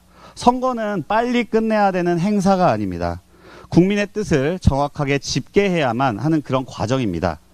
개표에 하루가 더 걸린다고 민주주의는 절대 무너지지 않습니다. 하지만 개표 결과를 국민들이 신뢰하지 못한다면 민주주의는 무너질 것입니다. 충분한 인력과 공개적인 참관 체계를 갖추면 수개표는 불가능한 일이 아닙니다. 이미 여러 나라가 그렇게 하고 있습니다. 마무리를 짓자면요. 지금 이 시간에도 올림픽 공원에 포함한 전국 수많은 곳에서 수많은 전국의 광장에서는 선관위 해체 수준의 개혁을 요구하는 목소리가 이어지고 있습니다. 다른 분들이 말씀하신 것처럼 부정선거, 재선거, 당일 투표, 수개표라는 구호와 함께 말입니다. 저는 이 목소리들을 음모론이라고 생각하지 않습니다. 이 목소리 안에는 매우 단순하고 정당한 질문이 담겨져 있습니다. 내 한 표가 정말로 제대로 반영되고 있는지 어떻게 믿을 수 있습니까? 라는 물음입니다. 저희가 지선 전에는 커피 한 잔을 마실 자유를 요구했었습니다. 지선이 끝난 지금은 저는 투표를 행사할 수 있는 참정권을 요구해야 됩니다. 우리 청년 세대는 불공정에 누구보다 민감한 세대입니다. 과정이 투명하지 않으면 결과도 납득하지 못합니다. 이것은 공정한 절차에 대한 정당한 요구이며 빼앗긴 참정권을 돌려달라는 외침입니다. 저는 오늘 이 자리에서 두 가지 건의를 합니다. 하나는 사전투표 폐지, 그리고 둘은 전면 수개표입니다. 이것은 선거 결과를 뒤집으려는 주장이 아닙니다. 결과가 어떻게 나오든 국민 모두가 납득할 수 있는 선거를 만들자는 것입니다.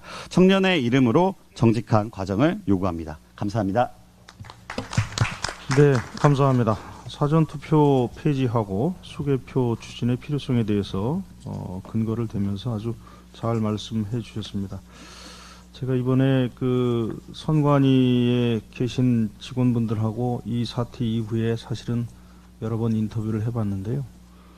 본인들의 생각에는 사전투표에 너무 몰입하다가 이거 관리 몰입하다가 본투표 좀 놓친 것 같다. 사전투표는 좀 없애주시는 방향으로 그렇게 해주시면 어떨까라는 그 공무원분들의 간곡한 말씀들도 있으셨습니다. 사전투표는요, 대통령 선거 때는 그렇게 어렵지 않을 수 있습니다. 선거가 똑같거든요. 국회의원 선거는 훨씬 어렵습니다. 이번에 지방선거는 정말 난이도가 엄청나게 높습니다.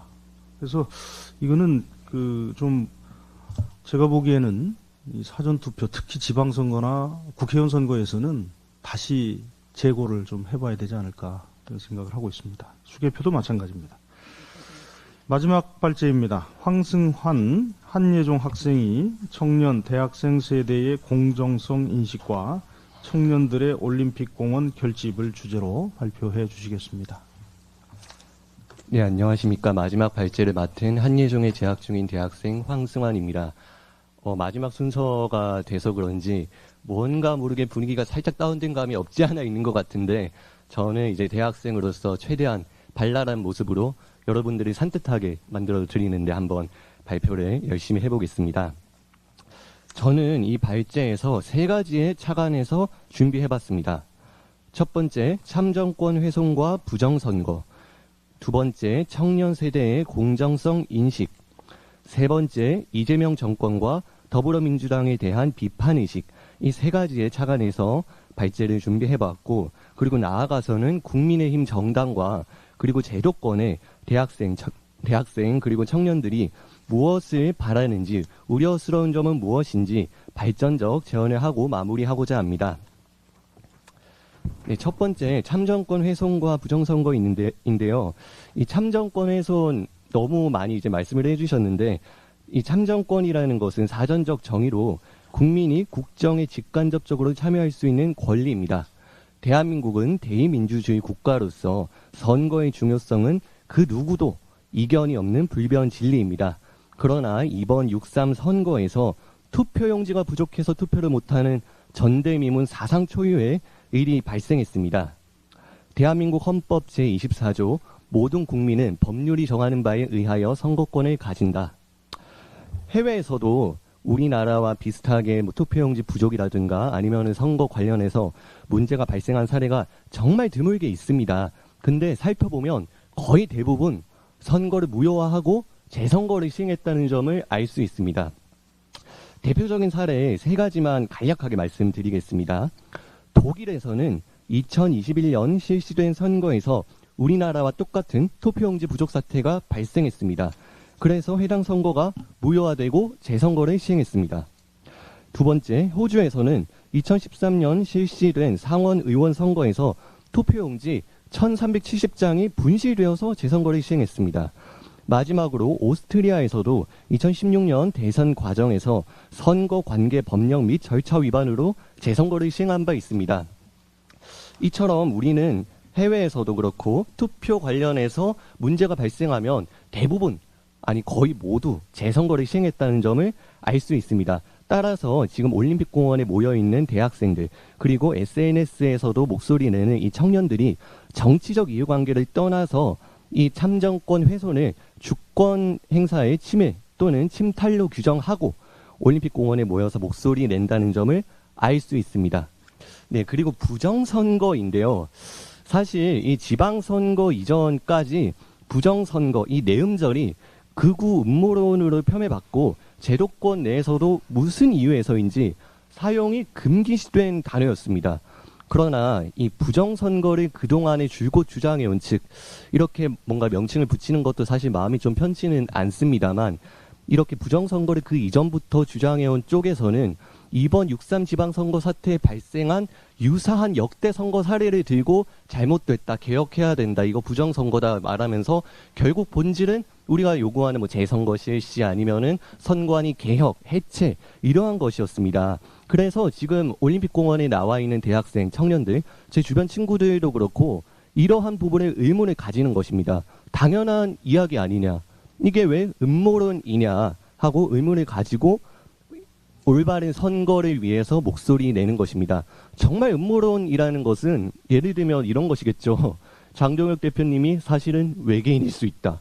이런 것들이야말로 음모론이지 선거를 올바르게 하자, 투명하게 하자, 공정하게 하자 이런 것들을 가지고 음모론이라고 하는 것은 굉장히 좀 잘못된 게 아닌가 싶습니다. 더 나아가서 심지어 언론에서는 뭐 극우 음모론자, 뭐 내란 세력에 동조한 이런 식으로 이제 서술을 하니까 청년들 입장에서는 더욱 분노를 하게 되는 것입니다. 네, 그리고 우리 청년 세대는 공정성에 대해서 굉장히 민감합니다. 특히 이는 뭐 입시, 취업에서 굉장히 크게 발현이 되는데 이번 선거 문제 역시도 다르지 않습니다. 결국 본질은 무엇이냐면 과정에서 잘못된 것입니다. 입시 비리, 취업 채용 비리 이런 것들 보면 과정에서 뭐 특혜를 주었다거나 차별을 받았다거나 하는 것인데 이번 선거 문제 역시 내 투표권, 내 참정권을 보장받지 못했습니다. 내가 지지하는 후보자의 당선은 고사하고 내가 투표를 못했기 때문에 청년들이 더욱 분노하는 것입니다. 그리고 이 대학생 청년들이 예전에는 뭐 정치, 사회 문제에 있어서 되게 무관심청으로 여겨져 왔는데 요즘은 그렇지 않습니다. 물론 다 그런 것은 아니겠지만 정말 계속 높아져만 가는 이 취업의 문턱, 그리고 멀어져만 가는 내 집 마련, 이런 거를 해결하기 위해서 정치라는 수단을 활용하고 투표를 통해서 저 후보자가 이런 공약을 냈기 때문에 저 후보자가 당선이 되면 나는 이러한 혜택을 누릴 수 있고 이러한 이러한 과정을 통해서 취업을 하고 내 집 마련을 하는데 조금이나마 도움을 받을 수 있겠구나 하는 그 정말 1%의 희망을 가지고서라도 투표장에 나오는데 그 한 표마저 행사할 수 없다는 사실에 대학생 그리고 청년들이 좌절하는 것입니다. 뭐 제 주변에서도 그 오세훈 시장님께서 이제 이번에 공약으로 내신 것 중에 기존에 그 서울 청년 월세 지원이라는 것이 있었는데 본인이 재선에 이제 성공할 경우 원래 지원 기간보다 2개월 이상 늘려준다는 공약을 내셨습니다. 이런 것과 같이 그러면은 내가 뭐 한두 달이 됐지만 그 기간에나마 조금이라도 더 돈을 벌어서 뭔가 집을 마련하거나 아니면은 내가 이루고자 하는 바에 투자를 할 수 있겠구나 하는 그런 희망을 갖고 투표장에 나갔는데 그것마저도 보장받지 못했다는 현실이 대학생 그리고 청년들로 하여금 올림픽 공원 현장에 나와서 목소리 내게끔 하는 것입니다. 그리고 아까도 말씀드렸지만 언론이 사실 공정하게 보도를 하고 있지 않습니다. 많은 분들이 말씀하신 것처럼 이 지금 올림픽 공원 현장에 모여 있는 사람들을 뭐 폭도, 극우 세력, 내란 세력 이렇게 몰아가는 것이 굉장히 청년들 입장에서는 불쾌하고 대학생들 입장에서도 우리는 당연한 권리와 얘기를 하는 것일 뿐인데 이런 식으로 취급을 받는 것에 또 하나의 분노 포인트가 되지 않는가 싶습니다. 네, 그리고 마지막으로 제가 준비한 주제는 또 이재명 정권과 더불어민주당에 대한 비판 의식인데요. 이게 갈라치기를 하려는 것이 아니라 저는 정말 그동안에 있었던 객관적 사실 팩트에 근거해서 말씀을 드리겠습니다. 그동안에 이재명 정권 그리고 더불어민주당의 행보를 보면 본인들이 원하고 본인들의 관점에서 이거는 이끌어내서 관철시켜야 하는 게 있다. 그러면은 굉장히 초초초 슈퍼 빠르기로 추진을 합니다. 자, 뭐 가령 그 박성재 전 법무부 장관 탄핵건을 봐도 째려봤다는 이유로 탄핵시키고 그리고 이진숙 전 방통위원장 임명된 지 4일 만에 탄핵시키고 헌재에서 탄핵이 기각돼서 복직을 하니까 방통위라는 기관을 이름을 바꿔서 자동 면직 사실상 해임을 시켜버렸습니다. 그리고 오늘 이제 한성숙 총리 후보자에 대해서도 그 청문 보고서를 민주당에서 단독 채택했다고 하던데 그러니까 본인들 민주당과 이재명이 원하는 거에 있어서는 굉장히 빠른 속도로 추진을 하면서 정작 이렇게 목소리 내야 하는 부분에 있어서는 왜 이렇게 느리게 행보를 보이는 것인가. 이건 역시도 청년들 대학생들이 의문을 가지는 지점입니다. 또 그동안에 이 진보 진영 더불어민주당을 비롯한 진보 진영에서는 굉장히 공정성, 약자, 권리 이러한 것들을 골자로 해서 이미지 마케팅 해왔습니다. 자, 그런데 그동안에 그 민주당 또는 진보 진영에서 발생한 일들을 보면 굉장히 거리가 있다고 생각됩니다. 뭐 조국 전 장관 사모펀드 잔여입 시비리, 윤미향 전 더불어민주당 의원의 위안부 피해자 활동 중 발생한 후원금 사적 유용, 뭐 박원순 오거돈 전 시장의 성비 사건 등 이런 것들이 대표적인 예시입니다. 가장 최근에 발생한 사건은 그 조작기소특검법, 일명 공소취소법이죠. 모든 국민은 법 앞에 평등하다라는 헌법 정신에 위배됩니다. 그러니까 결국 민주당과 진보 진영에서 그동안에 계속 마케팅 해왔던 공정성, 권리, 약자 이런 것과는 거리가 있음을 알 수 있습니다. 그리고 이 선관위를 성역화하는 데 있어서 더불어민주당이 굉장히 많은 기여를 했습니다. 선관위를 비판했더니 민주당이 나를 고발했다. 지금 올림픽공원 현장에 나와 있는 한국사 강사 전한길 선생님이 하신 말씀입니다. 선관위를 허위 비방하면 최대 10년 이하의 징역에 처한다. 선관위는 독립된 헌법기관이기 때문에 감사원의 감사도 받을 수 없다. 등 더불어민주당에서 선관위와 관련한 합당한 문제 제기 역시도 입틀막을 하게 하는 법안 발의 또는 행보를 보여왔습니다. 그렇기 때문에 이 대학생 청년들이 의문을 가지고 분노하게 되는 지점이라고 볼 수 있습니다. 이건 역시도 공정성의 인식과 결부된다고 볼 수 있습니다. 이러한 선택적 정의 그리고 특정 관점에 따른 어찌 보면 위선적 행태는 대학생, 청년 세대, 나아가서 모두에게 눈살을 찌푸리게 하는 행동입니다. 만약에 더불어민주당과 이재명 정권에서 이번 선거 문제 역시 그동안에 추진해왔던 본인들이 발의한 법안이나 행보처럼 빠른 속도로 속전속결해서 국민들이 원하는 방향으로 이끌어졌다면 이 땡볕 불볕 더위에 대학생 청년들이 올림픽 공원에 모일 이유가 없을 것입니다. 네, 저는 이렇게 세 가지 관점에 착안해서 말씀을 드렸습니다. 하지만 이가 절대 정확한 수치 또는 지표로 대변되는 것은 아닙니다. 당연히 개개인이 고유한 이유로 올림픽 공원 현장에 나왔을 것이고 그 중심에는 결국 재선거를 실현함이 정론일 것입니다. 그리고 또 지방선거 이후에 공교롭게도 국민의힘 지지율이 올라가고 이재명의 지지율 역시도 데드크로스를 이어가고 있는 점을 주목해야 하는데 사실 이게 국민의힘 정당에 대한 뭔가 지지, 단순 지지보다는 지금 선거 문제에 있어서 미온적인 태도를 보이고 있기 때문에 그러면은 제도권에서 그 다음으로 이 선거 문제를 올바르게 해결할 수 있는 세력이 누구냐 하면은 국민의힘이기 때문에 그런 것 같습니다. 때문에 이러한 상황에서 국민의힘에서 더 적극적으로 목소리 내서 선거 문제 해결 특검이나 또는 재선거가 실현될 수 있도록 아까 나경원 의원님 계실 때 말씀하셨는데 국회는 입법을 하는 데이기 때문에 만약에 현행 공직선거법상으로 재선거를 실시할 수 없다면 입법을 통해서 재선거를 실시 가능하게 하는 법안을 발의하고 통과시키면 됩니다. 시간이 걸리더라도 국민들은 그것을 더 원할 것입니다. 그렇기 때문에 국민의힘 정당에서는 이제 이 선거 문제 해결을 위해서 지금 언론에 비치는 당권 다툼 이런 것들로 눈살 찌푸리게 하지 말아 주셨으면 좋겠고, 왜 이 말씀을 드리냐면 이제 국민의힘 정당마저도 이 문제에 있어서 적극적으로 목소리를 내지 않는다면 과연 이 대한민국 제도권 내에서 이번 선거 문제를 해결할 수 있는 세력이 집단이 없을 거라고 확신합니다. 그렇기 때문에 이제 의원님들께서 이렇게 제도권에서 목소리 내주실 수 있는 대로 목소리 내주셔서 단일 대우로 투쟁해 주시면 너무나 감사하겠습니다. 네, 그리고 마지막으로 마치기 전에 너무 저희 약간 딱딱한 현안 얘기만 했던 것 같아서 제 전공이 그 민요입니다. 전 한예종에 재학 중인데 그 올림픽 공원에 가면은 그 이제 올공 메들리가 생긴 것 같아요.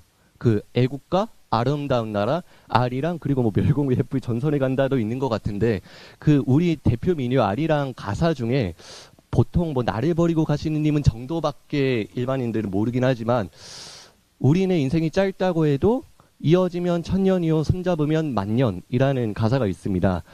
비록 우리 인생이 100년도 못 사는 짧은 초로 인생에 불과하지만 그 한 사람 한 사람의 세월이 모여서 세기를 이루고 역사를 이루고 또 하나의 이 반만년의 역사가 되는 것입니다. 그렇기 때문에 이번 이 선거 문제도 언론에서 똑바로 다뤄주지도 않고 그리고 거의 지금 한 달 가까이 이어지고 있는데 이거 재선거가 되나 하는 회의감과 그리고 날씨도 덥기 때문에 이제 현장에 모이는 분들도 좀 갈등이 많이 되실 것입니다. 그렇지만 우리가 이렇게 꾸준히 목소리 내고 이 문제 해결을 하기 위해서 계속 점진적으로나마 노력을 한다면 역사에서는 반드시 우리의 이 힘찬 목소리, 민주주의 회복을 위한 뜨거운 열망을 기억해 주지 않을까 싶습니다. 다시 한번 이런 자리를 마련해 주신 장동혁 대표님과 국민의힘 지도부에 감사 말씀 드리고 마치겠습니다. 감사합니다. 예, 감사합니다. 좋은 말씀들 감사드리고요. 그 네 분의 발제를 모두 들었습니다. 질의응답과 자유토론 시간을 갖도록 하겠습니다. 자유토론을 해주실 분은 먼저 손을 들어주시기 바랍니다. 다만 조배숙 의원님께서 좀 그 시간상 먼저 요청을 해주셨기 때문에 짧게 좀 먼저 듣고 자유토론을 시작하겠습니다. 제가 그냥 잠깐 인사말 드리겠습니다. 오늘 이렇게 지성우 교수님 그리고 발제를 맡으신 네 분들 정말 감사합니다. 근데 그중에 특별히 우리 최미영 지금 사업가로 소개가 돼 있는데 사실 지난 지방선거에서 전주 그 비례 후보로 출마를 했는데 아쉽게도 아주 근소한 차로 비례 입성을 못했습니다. 너무 열심히 했는데 좀 아쉽습니다. 예. 제가 네 분 발제자 말씀을 듣고 보니까요. 어제도 올림픽 공원에서 함께 운동을 했던 청년들이 오셨어요. 오셔가지고 토론회를 했는데 아주 정확하게 보고 계시고 그리고 또 표현이나 말씀하시는 게 굉장히 수준이 높으셔서 글쎄 바로 뭐 국회에 들어오셔서 마이크를 잡으셔도 손색이 없겠다 이런 생각까지도 듭니다. 아주 너무 훌륭하십니다. 그런데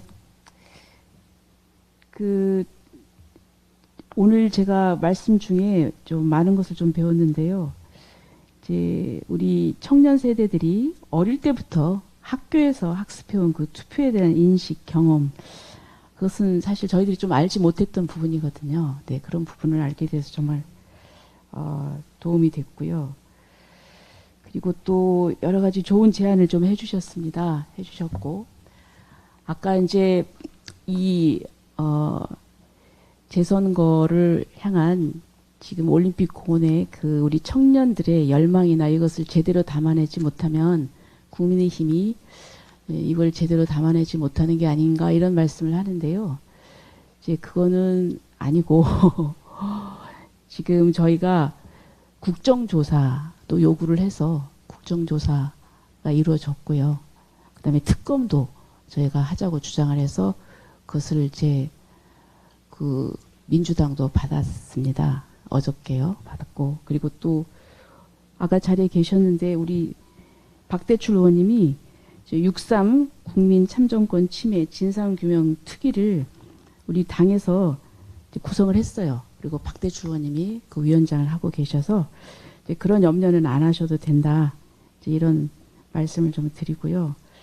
그리고 제가 또 아주 정확한 지적을 해주셨는데 단순히 한 표, 내가 한 표를 행사를 못했다 그 부분이 아니라 이건 우리의 권리이고 또 청년들은 지금 굉장히 좀 어려운 상황입니다.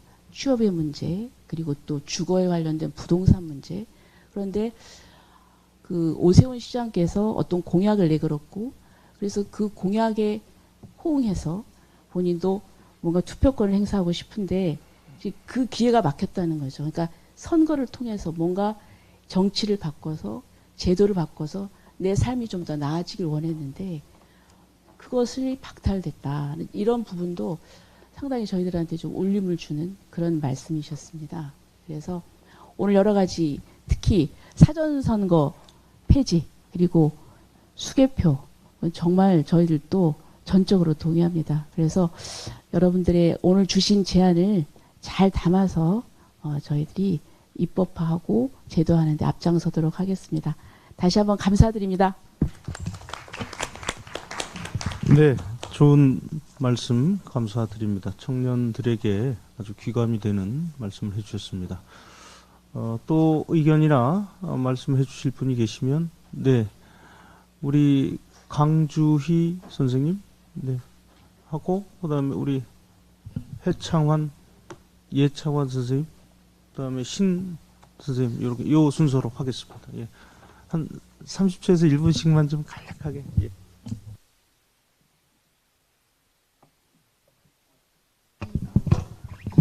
그리고 사실 그냥 저는 한 말씀만 드릴게요. 사실 차가운 합리적 이성이라고 윤상현 의원님이 말씀해 주셨는데 단합을 위해서는 그 에토스와 파토스가 필요한 것 같아요. 아무리 뭔가 이성이 있다고 하더라도 그 신뢰나 감성이 기반이 되어야 로고스가 발동한다는 점. 그리고 현재 헌법의 결함이 각 개인의 그 권리 크기가 다르다는 것을 인정하는 공정에 대한 역설이 있다고 생각합니다. 그래서 잘 살든 못 살든 그리고 어떤 조건을 가졌든 간에 그 각자가 가진 그 신뢰성과 공정성의 문제를 다르게 생각하시면 안 될 것 같습니다.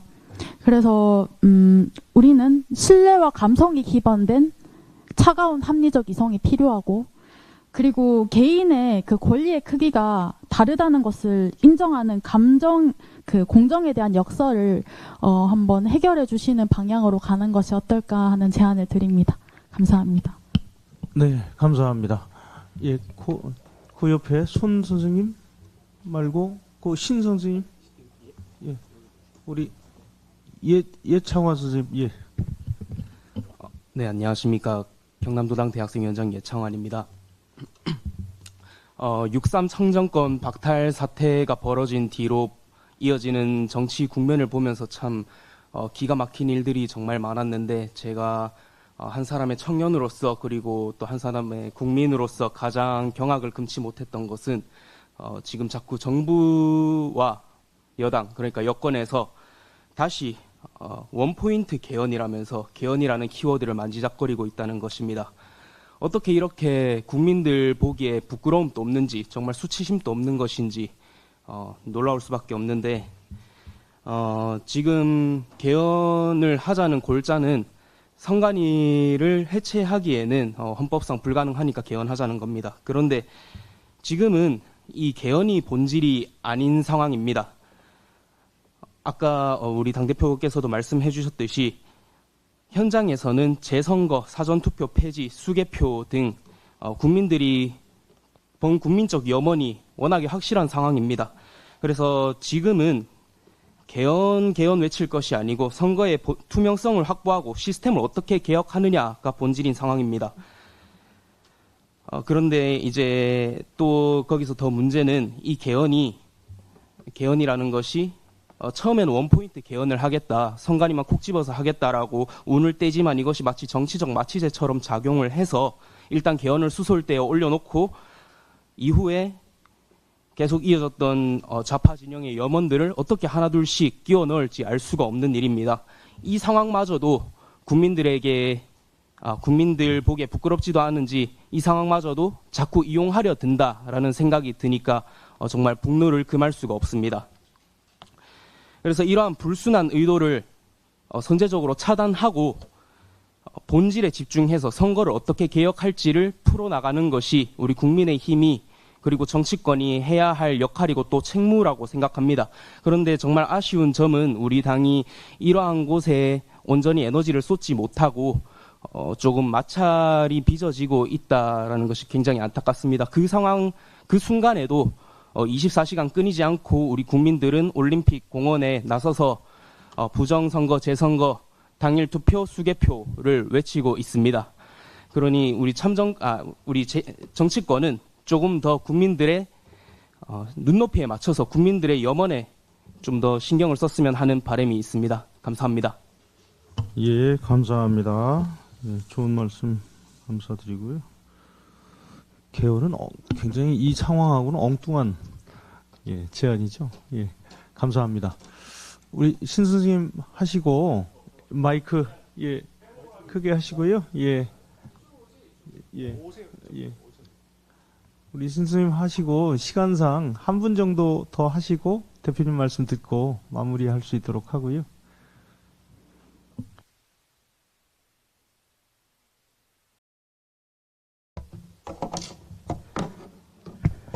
네, 오늘까지 인천시의원인 신성영이라고 합니다. 정말 굉장히 엄중한 자리를 마련해 주신 우리 장동혁 당대표님하고 우재준 최고께 깊이 감사드립니다. 굉장히 심각한 민주주의 훼손 사태를 젊은 청년들 그리고 학생들마저도 이걸 공감하는 시대에 우리는 살고 있다라고 생각을 합니다. 제가 광장을 수차례 나가면서 특히나 중학생들이 눈물을 펑펑 흘리면서 시국선언을 하는 모습에서 어른의 한 사람으로서 정말 처참한 신경을 느꼈던 것 같습니다. 그래서 최근에 이제 참정권 이 사태가 발생하고 나서도 인천을 비롯한 잠실까지 해서 10번 정도 제가 나가서 발언도 하고 했었는데요. 이런 민의를 대변하고 계신 지도부께 진짜 경의를 표합니다.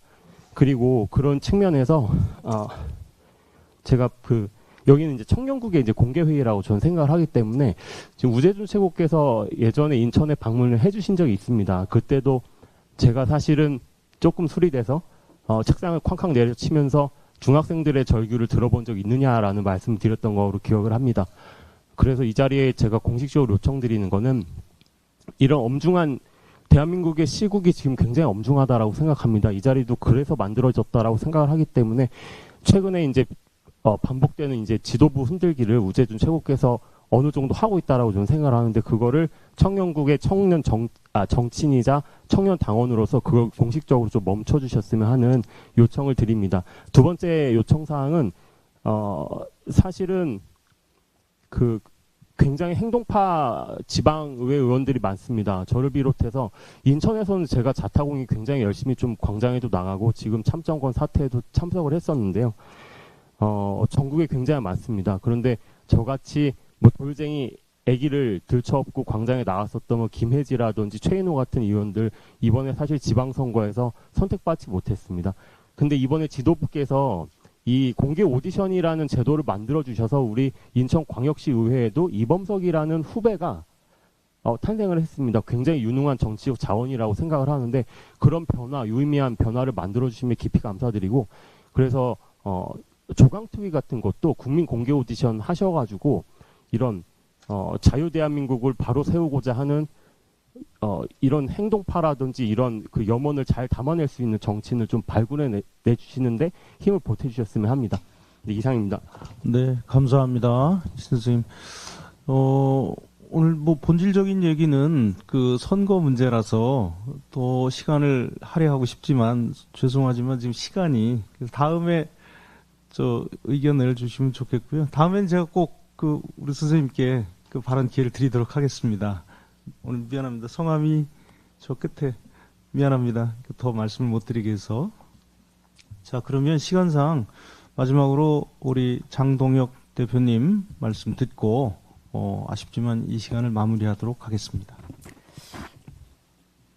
늦게 말씀을 하셨으니까 나중에 말씀하신 세 분의 간단한 말씀에 대한 답변을 드리겠습니다. 우리 강주희 청년께서 말씀하신 것처럼 저는 지금 올림픽 공원에 모인 청년들은 충분히 차가운 이성을 가지고 행동하고 있다고 생각합니다. 그리고 정말 중요한 것, 강주희 청년이 말한 것처럼 그 차가운 이성으로 행동하는 그 행동이 결과로 만들어질 수 있도록 저는 감성이 필요하다고 생각합니다. 이성만으로 저는 어떤 것도 만들어낼 수 없다고 생각합니다. 이성의 검증을 거친 다음에는 감성에 기반한 행동이 필요하다는 것이 제 생각이고 같은 생각이어서 감사드립니다. 우리 예창환 청년 말씀하신 원포인트 개헌에 대해서는 제가 이미 입장을 냈습니다. 늘 제밥에만 관심이 있는 이재명 정권과 그리고 민주당의 저는 꼼수라고 생각합니다. 지금은 말씀하신 것처럼 선거제도, 선관위 개혁에 집중할 때이고 그게 본질이라고 생각합니다. 세 번째 우리 신성령 오늘까지 의원님께서 말씀 주셨는데 제가 청년중심 정당, 당원중심 정당을 만들겠다고 약속했고 한 가지 지방선거에서 경선에서 당원 비율을 높이지 못한 아쉬움은 아직도 남아 있습니다. 그러나 청년들에게 기회의 문을 넓히겠다고 하는 것은 충분치는 못하지만 시작했고 우리 신성령 우리 청년께서 말씀 주신 것처럼 행동하는 많은 인재들이 우리 국민의힘에서 들어와서 역할할 수 있도록 하겠습니다. 그리고 조강특위를 하면서 공개 오디션을 통해서 행동하는 청년들이 우리 국민의힘의 같은 동료가 될 수 있도록 하는 그 문을 반드시 열겠다는 약속의 말씀을 드리겠습니다. 그리고 오늘 지성호 교수님께서 맨 처음에 발제하시면서 헌법 제7장이 선거관리위원회가 아니라 선거관리라고 하신 말씀 저도 동의합니다. 그래서 개헌 없이도 선관위 개혁이 가능하다. 독립기관으로 만든 것이 고삐 불린 망아니처럼 가족회사를 운영하라는 뜻은 아니었을 것입니다. 그것이 대한민국 지금의 헌법을 만든 그분들의 뜻이 아니었을 것이고 거기에 투표한 국민들의 뜻이 아닐 것입니다. 저는 반드시 선관위가 어떤 식으로든 감독 감시하에 들어와야 된다고 생각합니다. 그래서 저는 헌재 결정에 대해서 지극히 유감이고 저도 똑같이 그 헌재 결정에 문제가 많다고 생각합니다. 우리 김한슬 청년이 말씀해 주신 것 중에서 우리 조배숙 의원님도 말씀하셨지만 민주주의 네이티브라는 말이 너무 마음에 와 닿습니다. 민주주의에 대한 온도 차이, 기성세대는 이 정도면 옛날에 비해서 나아지지 않았는가라고 하는 그 온도 차이, 거기서 시작하는 그 인식의 차이가 0에서 시작하는, 우리는 모든 과정과 절차가 공정해야 된다고 하는 민주주의 네이티브인 청년과의 온도 차이를 만들고, 그것이 아까 말씀드렸던 것처럼 차가운 이성만 강조하면서 감성으로 나가지 못하는, 열정으로 나가지 못하는 문제점을 만들어낸다고 생각합니다. 그리고 올공에 나와 있는 청년들이 무엇에 분노하는지 다 공감하지 못하는 것이 이 근본적인 온도 차이에서 비롯되었다고 저는 생각합니다. 오늘 매우 의미 있는 지적을 해주셔서 감사드립니다. 우리 최미영 청년께서 말씀해 주신 재선거가 결국은 이번 사태에 대한 답이다라고 말씀 주셨는데, 우리가 소청을 제기한 것의 기본은 소청을 통해서 선거를 무효로 만들고 재선거를 실시하겠다는 것인데, 전국적으로 소청을 제기하지 못한 것에 대한 아쉬움은 저는 아직도 개인적으로 남아 있습니다. 그러나 소청 절차는 선관위에서 스스로 자신들의 잘못에 대해 판단하는 것이기 때문에 재판보다는 훨씬 더 어려울 것입니다. 그리고 이것이 재판이라는 과정을 가더라도 정말 길고 힘든 싸움이 될 것입니다. 제가 당대표로 있는 한 이 소청과 소송의 당사자는 국민의힘이고 그 대표자는 당대표인 저입니다. 변호사들의 도움을 받겠지만 저는 소청과 앞으로 진행될 소송에 있어서 변론은 당대표인 제가 직접 변론을 담당하겠습니다. 법리도 필요하지만 저는 정치적인 식견도 반드시 필요하다고 생각합니다. 그 두 가지를 같이 이야기할 수 있는 사람이 변론에 참여하는 것도 저는 의미 있다고 생각합니다. 그리고 제가 직접 경험하고 변론하면서 선관위가 어떤 잘못된 인식을 가지고 있고 법원이 어디에서 대한민국의 민주주의를 가로막고 있는지에 대해서 직접 보고 느끼고 소청, 선거, 재판 결과에 관계없이 그것들을 국민들께 알리는 것도 저는 매우 중요하다고 생각합니다. 그래서 소청과 재판에 대한 변론은 제가 직접 당사자인 제가 진행하려고 합니다. 그리고 우리 최미영 청년께서 정치가 행동으로 답해야 할 때다라고 하는 것에 대해서 100% 공감하면서 또 마지막으로 다짐해 주셨던 것, 청년들도 끝까지 지켜보고 행동하겠다라는 그 약속을 함께 지켜주셨으면 좋겠습니다. 그리고 지켜주셨으면 좋겠다는 당부의 말씀을 드리겠습니다. 침묵은 독재를 키우는 밑거름입니다. 독재는 국민의 침묵을 먹고 자란다는 사실을 우리는 잊어서는 안 될 것입니다. 정진우 청년이 말씀하신 사전투표 폐지 그리고 수개표에 대해서 저도 완전히 동의합니다. 그것이 프랑스식 선거제도입니다. 저는 대한민국의 투표제도, 선거제도가 프랑스식 투표제도로 바뀌어야 된다고 생각합니다. 꼭 당일 투표는 아니더라도 본투표 그리고 수개표. 저는 사전투표가 가지고 있는 또 하나의 문제점을 제기한다면 보통 지방선거의 선거운동 기간이 2주 정도밖에 되지 않습니다. 그 중간에 거의 일주일을 남겨놓고 사전투표를 합니다. 정치 신인에게는 그 2주 같은 기간이 자신을 알 수 있는 마지막 기회이고 가장 소중한 시간인데 그 반을 버려야만 합니다. 사전투표가 끝나서 어떤 후보에게 심각한 도덕적 결함과 흠결과 문제점이 발생하고 법 위반 사태가 발생한다 하더라도 그것을 반영할 수 있는 기회는 놓쳐버립니다. 이미 우리는 사전투표가 본투표와 거의 비슷한 수준으로 가고 있습니다. 그렇다면 후보로 나선 사람들의 선거운동의 기회를 박탈하는 것과 제대로 된 후보를 선택할 기회를 박탈하는 문제를 어떻게 해결할 것인지의 문제도 저는 함께 고민해야 될 거라고 생각합니다. 그리고 전자개표에 대해서 문제 제기하는 사람들에서 음모다 의혹이다 이야기할 것이 아니라 의혹 발생, 문제 발생의 원인을 완전히 차단하는 것이 저는 선거제도 개혁의 목표가 되어야 된다고 생각합니다. 가장 투명하고 공정하고 신뢰받아야 할 선거제도가 의혹으로 가득 차 있다면 그 자체가 저는 문제라고 생각합니다. 문제점이 발생할 수 있는 여지를 열어두는 것 자체가 저는 문제라고 생각합니다. 그래서 우리 정진호 의원이 제안해 주신 두 가지 문제에 대해서 저도 공감한다는 말씀을 드립니다. 그리고 우리 황성한 청년께서 말씀하신 것 중에서 언론이 불공정하고 편파적인 보도를 한다. 많은 분들이 공감하시겠죠. 올림픽 공원에 나가 계신 분들은 더 200%, 300% 공감하실 것입니다. 그러나 얼마나 다행입니까? 이제는 우리가 전통적인 미디어들의 일방적인 보도를 수동적으로 수용하지만 않습니다. SNS를 통해서 유튜브를 통해서 시민이 직접 진실을 전파할 수 있는 언론 환경이 만들어졌다는 것만 해도 얼마나 다행입니까? 언론이 사실을 비틀수록 우리는 똑바로 펴서 우리 스스로 SNS와 유튜브를 통해서 국민들에게 진실을 전달하려는 노력을 해야 한다고 생각합니다.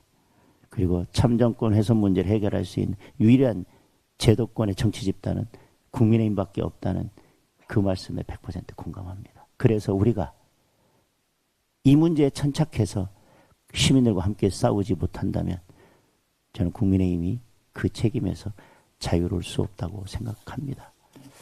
오늘 귀한 시간 내주셔서 저희들이 착안하지 못했던 것들 말씀해 주시고 또 좋은 제안해 주신 거 너무 감사드립니다. 그러나 마지막으로 제가 더 하나 당부드리고 싶은 것은 이런 기회를 통해서 참정권을 다시 회복해야 되고 선거제도를 바꾸고 선관위를 해체 수도로 개혁해야 한다고 하는 시민들의 열정과 그 마음이 식지 않았으면 좋겠습니다. 그리고 우리가 선거제도 개혁과 선관위 개혁을 이끌어낼 때까지 여러분들도 함께 열정을 가지고 싸워주십사 하는 마지막 부탁의 말씀을 드리겠습니다. 단 한 분이라도 그 열정이 식지 않고 싸우신다면 저는 그 한 분과 함께 마지막까지 싸우는 정치인이 되겠습니다. 고맙습니다. 네, 긴 시간 동안 경청해 주시고 소중한 의견을 나눠주신 모든 참석자 여러분께 감사드립니다. 특히 장동혁 대표님, 우재준 최고위원님께도 감사의 말씀을 드립니다. 당의 정책국에서도 고생 너무 많으셨습니다. 오늘 논의된 다양한 의견들이 국민의 참정권 보장과 선거 신뢰 회복을 위한 의미 있는 밑거름이 되기를 기대합니다. 이상으로 6.3 국민 참정권 박탈 사태 관련 청년 대학생 시국대회 토론회를 모두 마치겠습니다. 감사합니다.